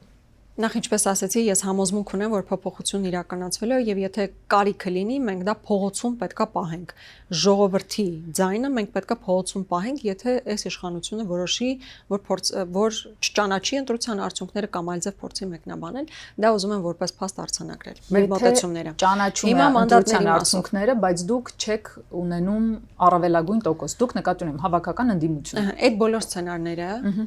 իհարկե առաջնային քննարկման առիթ չեն։ Որովհետև, այո, հենց այդպես։ Նախընտրական փուլում յուրաքանչյուր ուժ մտածում է մաքսիմալ այնպիսի գործողություններ իրականացնի, որ հնարավորինս շատ ձայն հավաքի եւ ոչ թե այս մյուս, այսինքն դա քննարկման առիթ է, բայց առաջնային քննարկման առիթ չի։ Ես դրա համար ունեմ վստահությունը, որ փոփոխություն լինելու է, բայց եթե Աստված մի արածցե այլ սցենարներ լինեն, ընդդիմությունը, ու ես տեսնում եմ այն հիմնական 3-4 հիմնական ուժերը, ովքեր ընդդիմության առաջատարներն են, ես տեսնում եմ վճռականությունը համատեղ ինչ որ համատեղ գործողություն իրականացնելու։ Հիմա երբ որ դուք ասում եք մանդատները վերցնել չվերցնելը, դա տեխնիկական բնույթի հարց է, որտեղ չէ, այդ կոնկրետ փաստ է։ Չէ։ Որտեղ մանդատները, եթե բոլորը որոշեն ու չվերցնեն մանդատները, այդ բոլորին էի գալիս, որովհետև երբ որ դուք մենակ ինձ եք ասում, ես կարող եմ չվերցնել մանդատը եւ չգնալ խորհրդարան։ Ու ես ասելով նաեւ մեր քաղաքական ուժը։ Ես ձեր քաղաքական ուժին։ Իսկ եթե մյուսները վերցնում են, դա արդեն իրավիճակ չի փոխում։ Հետեւաբար դրա համար եմ ասում, վճռական տրամադրված ընդդիմություն կա այսօր, ու ես տեսնում եմ, որ համատեղ քննարկումները ճիշտ իրականացվելու են։ Այն ինչ որ բխում է մեր ժողովրդի մեծամասնության շահերից, ովքեր մեզ ձայն են տալու, մենք այդ բոլոր գործողությունները իրականացնելու ենք։ Իմպիչմենթի փաստը ինչու չի քննարկվել երբեք եւ չի կիրարկվել։ Իմպիչմենտի հարցը քննարկվել է, փաստացի սկսվել է եւ դրա միացել է նաեւ Հայաստան խմբակցությունը։ Այլ բան, որ իմպիչմենտ իրականացնելու համար անհրաժեշտ թվով падգամավորների ստորագրություն չենք կարողացել ձեռք բերել, այսինքն դրա համար պետք է մեզ միանային նաեւ ԿՊ խմբակցությունից падգամավորներ, որոնք ակնհայտորեն չմիացան։ Իսկ ներքին կարգով երբևէ աշխատանք տարվել է օրինակ այն կողմից ձեզ մոտ մարդկանց վերադասավորելու։ Նման քննարկումներ առանձին անհատ падգամավորների հետ միգուցե եւ եղել են տարբեր ժամանակահատվածներում, բայց իմպիչմենտի հիմնական process-ի արդյունքի համար անհրաժեշտ էր փողոցային պայքար եւ առանց փողոցային պայքարի ուղղակի խոսել իմպիչմենտի մասին անիմաստ է, այսինքն փողոցային պայքար, իմպիչմենտ անբաժանելի երկու դրվագներ են։ Բայց փողոցային պայքար պարբերաբար եղավ։ Փողոցային Փաստացի պայքարը impeachment, հիմնականում այո ոչ։ եղավ սրբազան շարժման ժամանակ հատկապես դա դրսևորվեց, որովհետև դիմադրության շարժման ժամանակ, երբ մենք ենք հիմնական առաջնորդողները, այսինքն կազմակերպեցինք եւ առաջնորդեցինք, այդ ժամանակ դեռևս impeachment իրականացնելու համար Չունեիք բավարար ռեսուրս։ ոչ թե ռեսուրս, այլ մի տարին դեռևս չէր անցել, երբ մենք սկսեցինք դիմադրության շարժումը, իսկ impeachment Այո, հնարավոր է պետք է։ իրականացնել 1 տարի անց։ Իսկ սրբազան պայքարի ժամանակ այնտեղ խնդիր կար հավանաբար վարչապետի տեխնացուի հետ կապված, որը հանգեցրեց այսպես որոշակի խնդիրների։ Ես հիմա տեսնում եմ իսկապես իրավիճակի փոփոխություն։ Ինձ հաճախ ասում են, բա գիտեք 21 թվականին նոր պատերազմն ավարտված էր, շատ ավելի ծանր էր հոգեվիճակը, պետքա այդ ժամանակ եթե Նիկոլին հանելու լինեին, այդ ժամանակ ժողովուրդը որոշեր Հետ հանել։ տրավմատիկ խայտարակ վիճակ էր, մարդիկ Հետ տրավմատիկ էր, ցավի մեջ էին։ ցավի մեջ, մարդիկ իսկապես մոլորված չէին հասկանում, ու եթե այն ժամանակ այս իշխանությունը ասում էր մեր ջեբը գցեցինք, ու մարդիկ պատերազմը ջեբը գցեցին, մարդիկ կային, որ հավատում էին։ Հիմա իրանք հայտարարում են, որ դա լավ է, որ մենք պրծանք Արցախից։ Այ հիմա ենք մենք անկախացել։ Իսկ այն մարդիկ, ովքեր կարծում են, որ սա լավ էր, Արցախից ազատվելը լավ էր, նշանակում է հետևողական այդ քայլերն իրականացրել են, չէ՞, Արցախից ազատվելու։ Այ հիմա մարդկանց մոտ տոտալ այդ ընկալումը կա, որ Նիկոլ Փաշինյանը հանձնել է Արցախը հազարավոր տղաների կյանքի գնով։ Պետական պարտքը 8 միլիարդ էր, իսկ հիմա կրկնապատկվել է 15 միլիարդ։ Նազանի, իմ ձեզ այստեղ նստած յուրաքանչյուրիս ուսին $5,000 պարտք կա։ Ու դուք չգիտեք այդ պարտքը ինչ են արել։ Այսինքն ես գիտեմ, պարգևավճար են տվել, անիմաստ ոյաժներ են իրականացրել, մսխել են։ Միայն 3 հիմա թիվը կնայեմ 170 միլիոնի չափով նոր պետական պարտք են ներգրավում բյուջեի դեֆիցիտը լրացնելու համար, հասկանում եք, որ մտածես այդ պետական պարտքով խոշոր ենթակառուցվածք են կառուցել, չէ, մի հատ հյուսիս հարավի մի կտոր են դեռևս ավարտել, մինչև Գյումրի գնացող 80 կիլոմետրը, 8 տարում 80 կիլոմետր են կառուցել։ Հիմա բանը չէ, ասում են, բա զենքերը, դու պետական պարտքը որ վերցնում ես, այդ տարական տրամաբանություն է։ Պետական պարտքը վերցնելիս դու ստորագրում ես ինչի համար ես դա վերցնում։ Այդ պարտքը վերցնում ես օրինակ դպրոց կառուցելու, մանկապարտեզ կառուցելու, ենթակառուցվածք օրինակ հյուսիս հարավի մի կտորը կառուցելու համար։ Դա այդ պետական պարտքը չի գնացել զենքի գնման։ Ավելին իրանք այդ PR-վեցին իհարկե զորահանդեսով եւ զենքով։ Պետք է հիշել, որ նույն PR-ը իրականացվում էր մինչև 20 թվականը, երբ որ $100 միլիոն ավելի միայն սուեր էին գնել, որ պարզվեց, որ չի էլ կարող օգտագործվել պատերազմի ժամանակ։ Աննա մի առիթով ասել եք, որ ձեզ ընտրած 5500 հոգին հիմնականում սյունեցիներն ու վայոց ձորցիներն էին։ Ես շատ սիրում եմ այդ ճանապարհը ու ամեն անգամ ընդհանրապես ես սիրում եմ վարել ու շատ եմ վարել ամբողջ Հայաստանով ու երբեք չեմ հասկացել ոնց էր համարվում Արցախը հեռու։ 21 թվականին ինչ էինք ասում, ժողովուրդ, եթե այս իշխանությունը վերընտրվի, հանձնվելու է Արցախը։ Ու ես հիմա բացարձակ հաճույք չեմ ստանում, որ ասեմ, տեսեք, մենք ճիշտ էինք։ Բացարձակ։ Նազանի, ես երբեմն ասում եմ, Երանի, ես երբեք կյանքում քաղաքականության մեջ չլինեի, ոչ մի ձև, ոչ մի բան չանեի, Արցախը իր տեղում լիներ։ Ես էլ այս ամեն ինչ անելու կարիքը չլիներ։ 21 թվականից զգուշացնում ենք, որ Արցախը հանձնվելու է։ Արցախը հանձնեցին։ Հիմա կարիքը չկա նույնիսկ զգուշացնելու, որովհետև Փաշինյանը շատ հստակ է ասում։ Կան ադրբեջանական տարածքներ, որ հանձնվելու են։ Դա իմ ու ձեր պատկերացրածը չի։ Ոչ էլ երբեմն ասում են բայղուշություն, չէ՞, չբայղուշություն չի։ Մարդը ասել է ադրբեջանական անկլավներ կան, որոնք մտնում են Ադրբեջանի 86-600-ի մեջ, իսկ եթե ինչ որ տարածք ադրբեջանական է, ինչ պիտի լինի իր ճակատագիրը տրվելու Ադրբեջանին։ Հիմա ես ունեմ այսպիսի տեխնիկական հարց բոլոր այն մարդկանց, որոնք երբևէ չեն անցել այդ կողմով ու չեն պատկերացնում։ Պարզապես բացեք քարտեզը եւ տեսեք այդ կիսա եռանկյունաձև ոչ այդքան հստակ գծով տարածքը Տիգրանաշենը ենթադրենք որոշվում է վերջնական, հա, ու դառնում է թշնամունը։ Քո երկրի մեջ մի առանձին տարածք թշնամին հաստատում է իբրև իրենը եւ որոշում է բնակեցնել այդտեղ X քանակության մարդ, էական չքանի։ Եվ որպես պաշտպանական միջոց, ինչ պետք է գործի դնի։ Ասի, որ ես իմ քաղաքացուն պետք է պաշտպանեմ, հետեւաբար պետք է այդտեղ լինի նաեւ իմ զինված ներկայությունը։ Հիմա դա նշանակում է, որ ես իմ ենթադրենք 5 սենյականոց բնակարանի 2 սենյակը տալիս եմ իմ թշնամուն ու անընդհատ ուզում եմ իմ տան մեջ ապահով ապրել ու անցնել աճ ու ձախ, բայց իմ սրտում իմ թշնամու ներկայությունն է։ Այո, նախ Տիգրանաշենը պատահական տարածք չի, ինքը կոնկրետ տարածք է։ մեր երկրի Ողնաշարի կապն է։ այո, դեպի 7-րդ ողն է հաշվի։ Այո, դեպի Սյունիք եւ Վայոց ձոր գնացող հիմնական ճանապարհն է։ Ու հետո մենք ինքան հեշտ ենք սկսում sense տեխնիկական բաներ քննարկել, այս ճանապարհը տանք, եմիշ ճանապարհով կգնանք։ Աբսուրդ է, չէ՞։ Բայց այդ շատ կարևոր բան եք ասում։ Հիմա ակտիվորեն Ադրբեջանը քննարկում է ադրբեջանցիների Հայաստանում բնակեցման հարցը։ Ունեն հայեցակարգ, ֆինանսական միջոցներ, միջազգային օրակարգ, ֆորումներ, արտաքին քաղաքական առաջնահերթություն է իրանց համար։ Կայքեր, բացած։ Հիմա մենք իսկապես կարծում ենք իրանք ուղակի ռեսուրս ու ժամանակ են վատնում մի բանի վրա, որ չեն ուզում իրականացնել։ Հիմա այդ նույն Տիգրանաշենի հանձնմամբ, իսկ եթե այս իշխանությունը մնա միանշանակ հանձնվելու է, եւ այդտեղ ադրբեջանցիների բնակեցմամբ չի լինում այդ ծրագրի իրականացում, իհարկե լինում է։ Հետագայում պարզա չէ, ինչ որ կարող են հնարավոր բախումներ հրահրել, ավելի մեծ զորք ներկայացվի այդտեղ։ Սողացող պատերազմը Սա ոչ ոք չի արդեն չեղարկել։ սողացող պատերազմ է, սա արդեն իսկապես Ալիևն ասում էր մենք ոտքով կգանք։ Սա արդեն ոտքով գալու եւ ամբողջությամբ տիրանալու ճանապարհ է։ Բայց մենք ինչ հանգրվանի ենք հասել,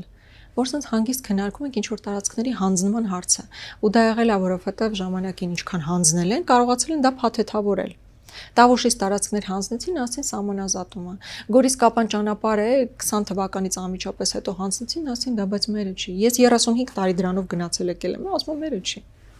Սա ուղղակի խայտարակություն է եւ հետեւաբար այն մարդիկ, ովքեր մտածում են գնալ ընտրության, թե չգնալ։ Իմացեք, որ ձեր չգնալով դուք ուղիղ ինդուլգենցիա եք տալիս այս իշխանություններին նոր տարածքներ հանձնել։ Արդյոք մենք դա ուզում ենք։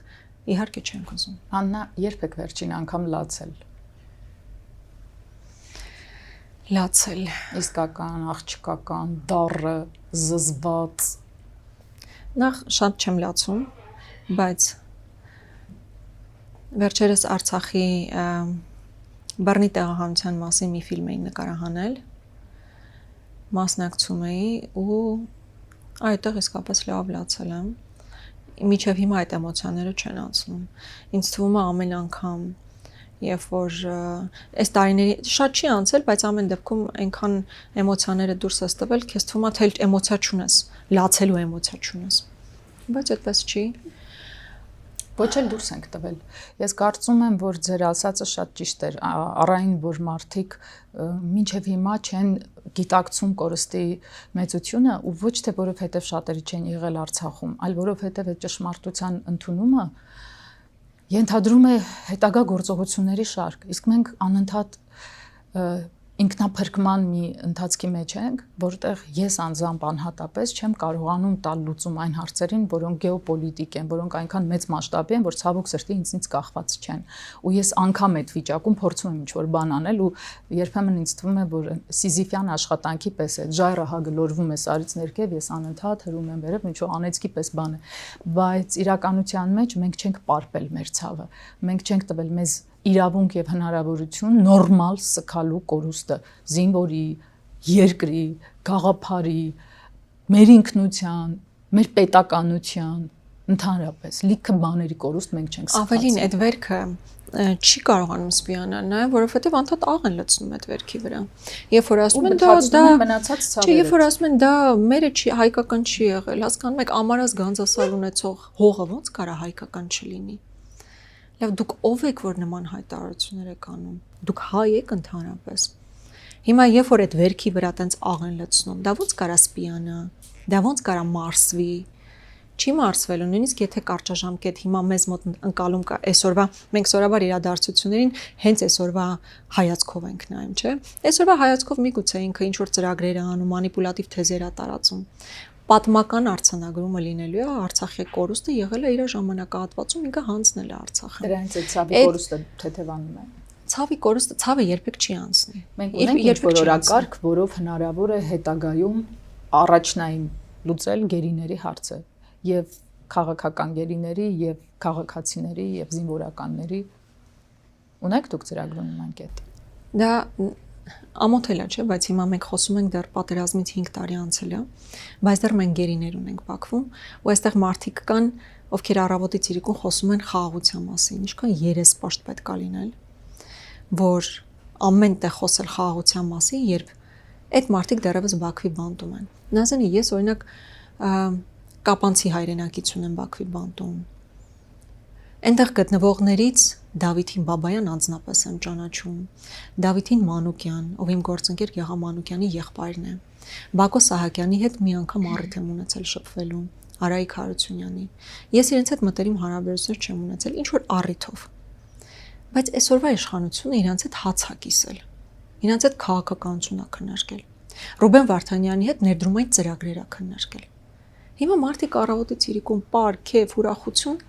այն մարդիկ տանջվում են։ Ամեն անգամ Ռուբեն Վարդանյանի ձայնագրությունները լսել ես, մխկտում ես, որպես հայ քեզ նվաստացած ես զգում։ Դուք ունեք ծրագիր գերիների։ Գերիները քաղաքական հարց է, գերիների վերադարձը քաղաքական հարց է։ Իսկ հարցի լուծում լինում է, երբ որ այդ հարցը դրվում է սեղանին։ Քանի սեղանին դրված չի այդ հարցը ոնց լուծվի։ Այս իշխանությունը չի ուզում, որ գերիները վերադառնան։ Հատկապես ռազմաքաղաքական վերնախավի մասին։ Ինքը չի ուզում, որ Ռուբեն Վարդանյանը այստեղ լինի, ինքը չի ուզում, որ Արցախի նախագահներն այստեղ լինեն, որովհետև իրանք կարող է ասեն բաներ, որոնք չգիտեմ։ Իր համար անընդունելի քաղաքականապես պետք է լինեն։ Հակառակ դեպքում ես չեմ հասկանում, ինչու պիտի մի հայը չուզենա, որ մյուս հայը վերադառնա Հայաստան։ Ոնց է դա հնարավոր։ Բայց այն, որ դա քաղաքական հարց է, ու մենք իշխանափոխությունից հետո վարկյան հետո պետք է զբաղվենք այդ հարցով, դա միանշանակ։ Իսկ այսօրվա արտաքին գործերի նախարարին հարց են տալիս գերիների հարցով, հատկապես Ռուբիոյի այցելության ֆոնին, ասում եմ ծնգլ արեցիք ձեր հարցով։ Գերիների հարցով։ Դա սա, չգիտեմ, էլի բաներ կան, որոնք արդեն քաղաքական չեն, քաղաքակրթական են, արժեհամակարգային են։ Կարող ասենց բարդ բառեր ենք ասում, բայց իրողությունը դա է։ Որովհետև չի լինի առավոտից իրիկուն թոշակների մասին մենք խոսանք, բայց չխոսանք քո գերիների մասին։ Ես որպես հայ չեմ կարողանում, հիմա գնում ենք միջազգային, ես էլ սովորաբար այն պատվիրակություններում եմ լինում, որ միջազգային գործընկերների հետ հանդիպում ենք։ Ես չեմ կարողանում այսպես ասել մեր ազգային շահերը եւ այլն, երբ որ քո հայրենակիցը գտնում է Բաքվի բանտում խոշտանգվում է, չես կարողանում այդ մարդուն բերել, ել քո ազգային շահը դրսևորումը ոնց պետք է լինի։ Թեթև բլից փորձենք անել, Աննա ջան, չնայած հիմնականում ես արդեն ահագին ստացա ինչ որ ուզում եի, բայց փորձենք։ Որն է ձեր սիրած ուտեստը։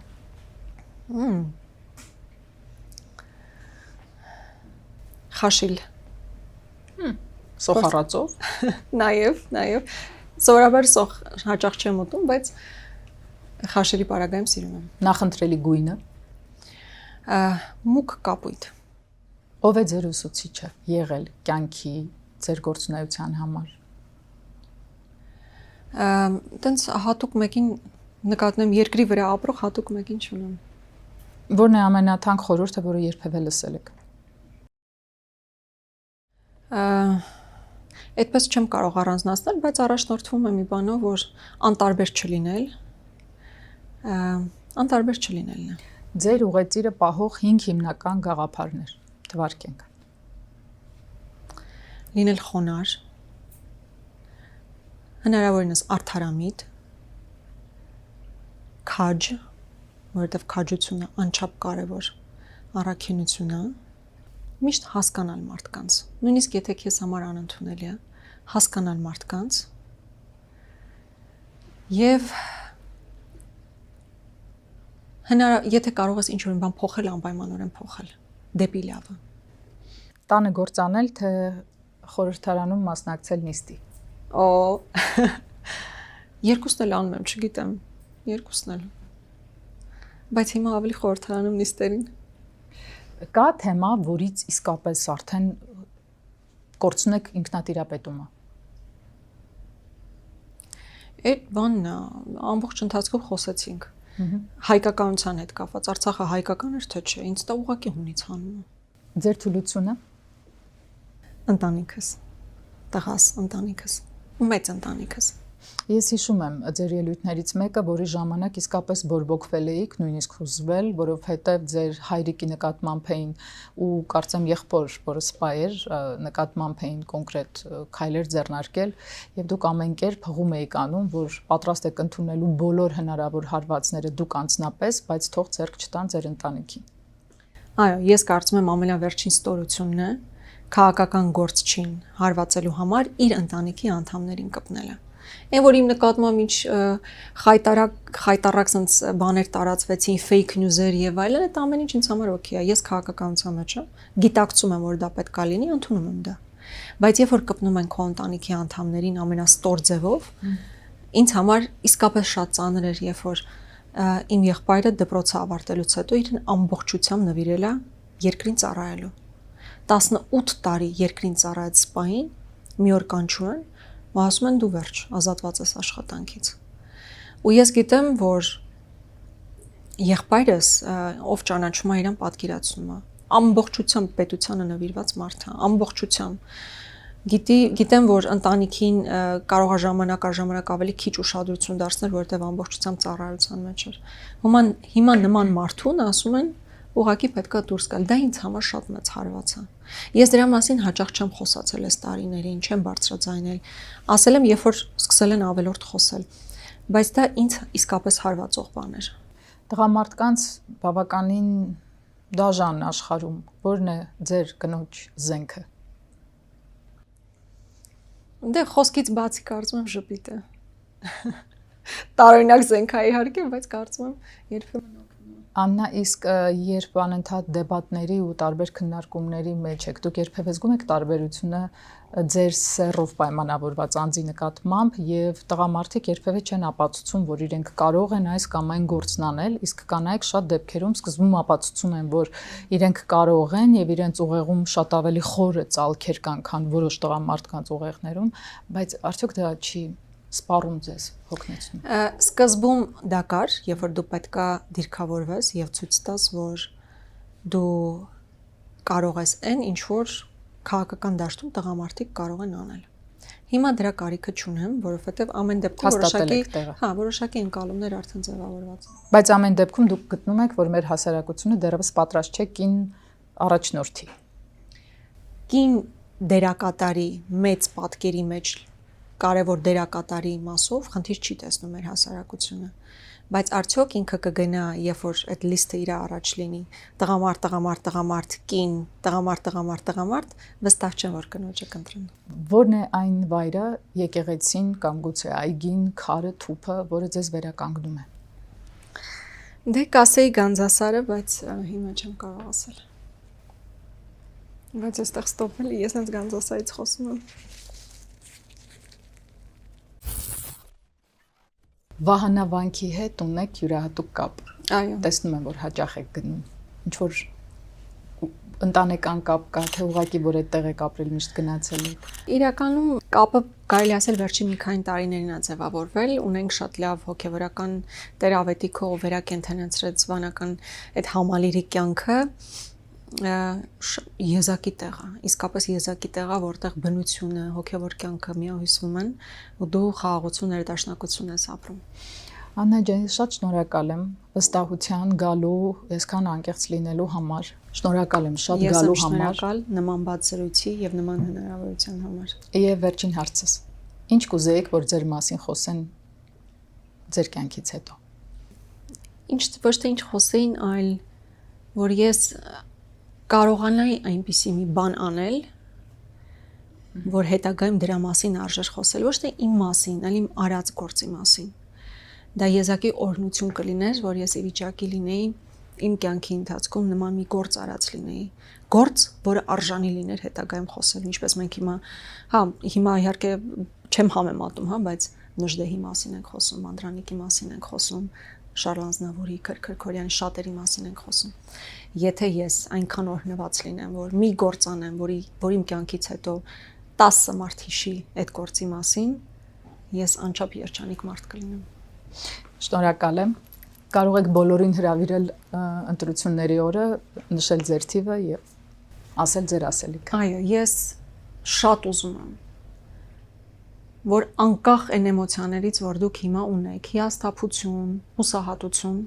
չհավատալ այս կամ այն քաղաքական ուժին, պարտադիր որպես Հայաստանի Հանրապետության քաղաքացի, մաս կազմենք վաղվա Հայաստանի կերտմանը։ Եվ այդ Հայաստանի կերտմանը ես կարծում եմ մեր քաղաքական ուժը կարևոր դերակատարություն ունի։ Ես ուզում եմ իսկապես, որ մենք լինենք անվտանգ երկիր, մրցունակ երկիր, ժամանակակից երկիր, բայց նաև սեփական արմատներին հավատարիմ, սեփական ինքնությունը պաշտպանող երկիր։ Եվ դրա համար դուք պետք է ընտրեք համար 17-ը։ Ընտրիր Հայաստանը։ Կամուրջներն այսօր տարբեր էին։ Մի քիչ խառը գուցե, մտածկոտ, սուր կամ կրկնվող հնարավոր է։ Մեզ բոլորիս վաղուց միավորում է հիմնականում ցավը եւ խնդիրների վերջանալի շարանը։ Եվ ես շատ կուզեմ, որ մենք սկսենք միավորվել ի վերջո հանունի շուրջ, ոչ թե դեմի, համարի համար, ոչ թե անհարմարի մասին։ Ես շատ կուզենամ, որ մենք միավորվենք իրար համար, որովհետև մենք նույն երկրում ենք ապրում եւ միակ երկիրն է, որն ունենք։ Այլևս չկա ոչ մի հնարավորություն հետոյի մասին մտածելու։ Այսօր, այստեղ եւ հիմա։ Սա է մեր ամենակարևոր առաքելությունը։ Գնացեք ընտրությունների եւ թող հուսահատությունը մերժվի առհավետ մեր ներսից։ Եվ թող ամեն բան լավ լինի։ Կհանդիպենք։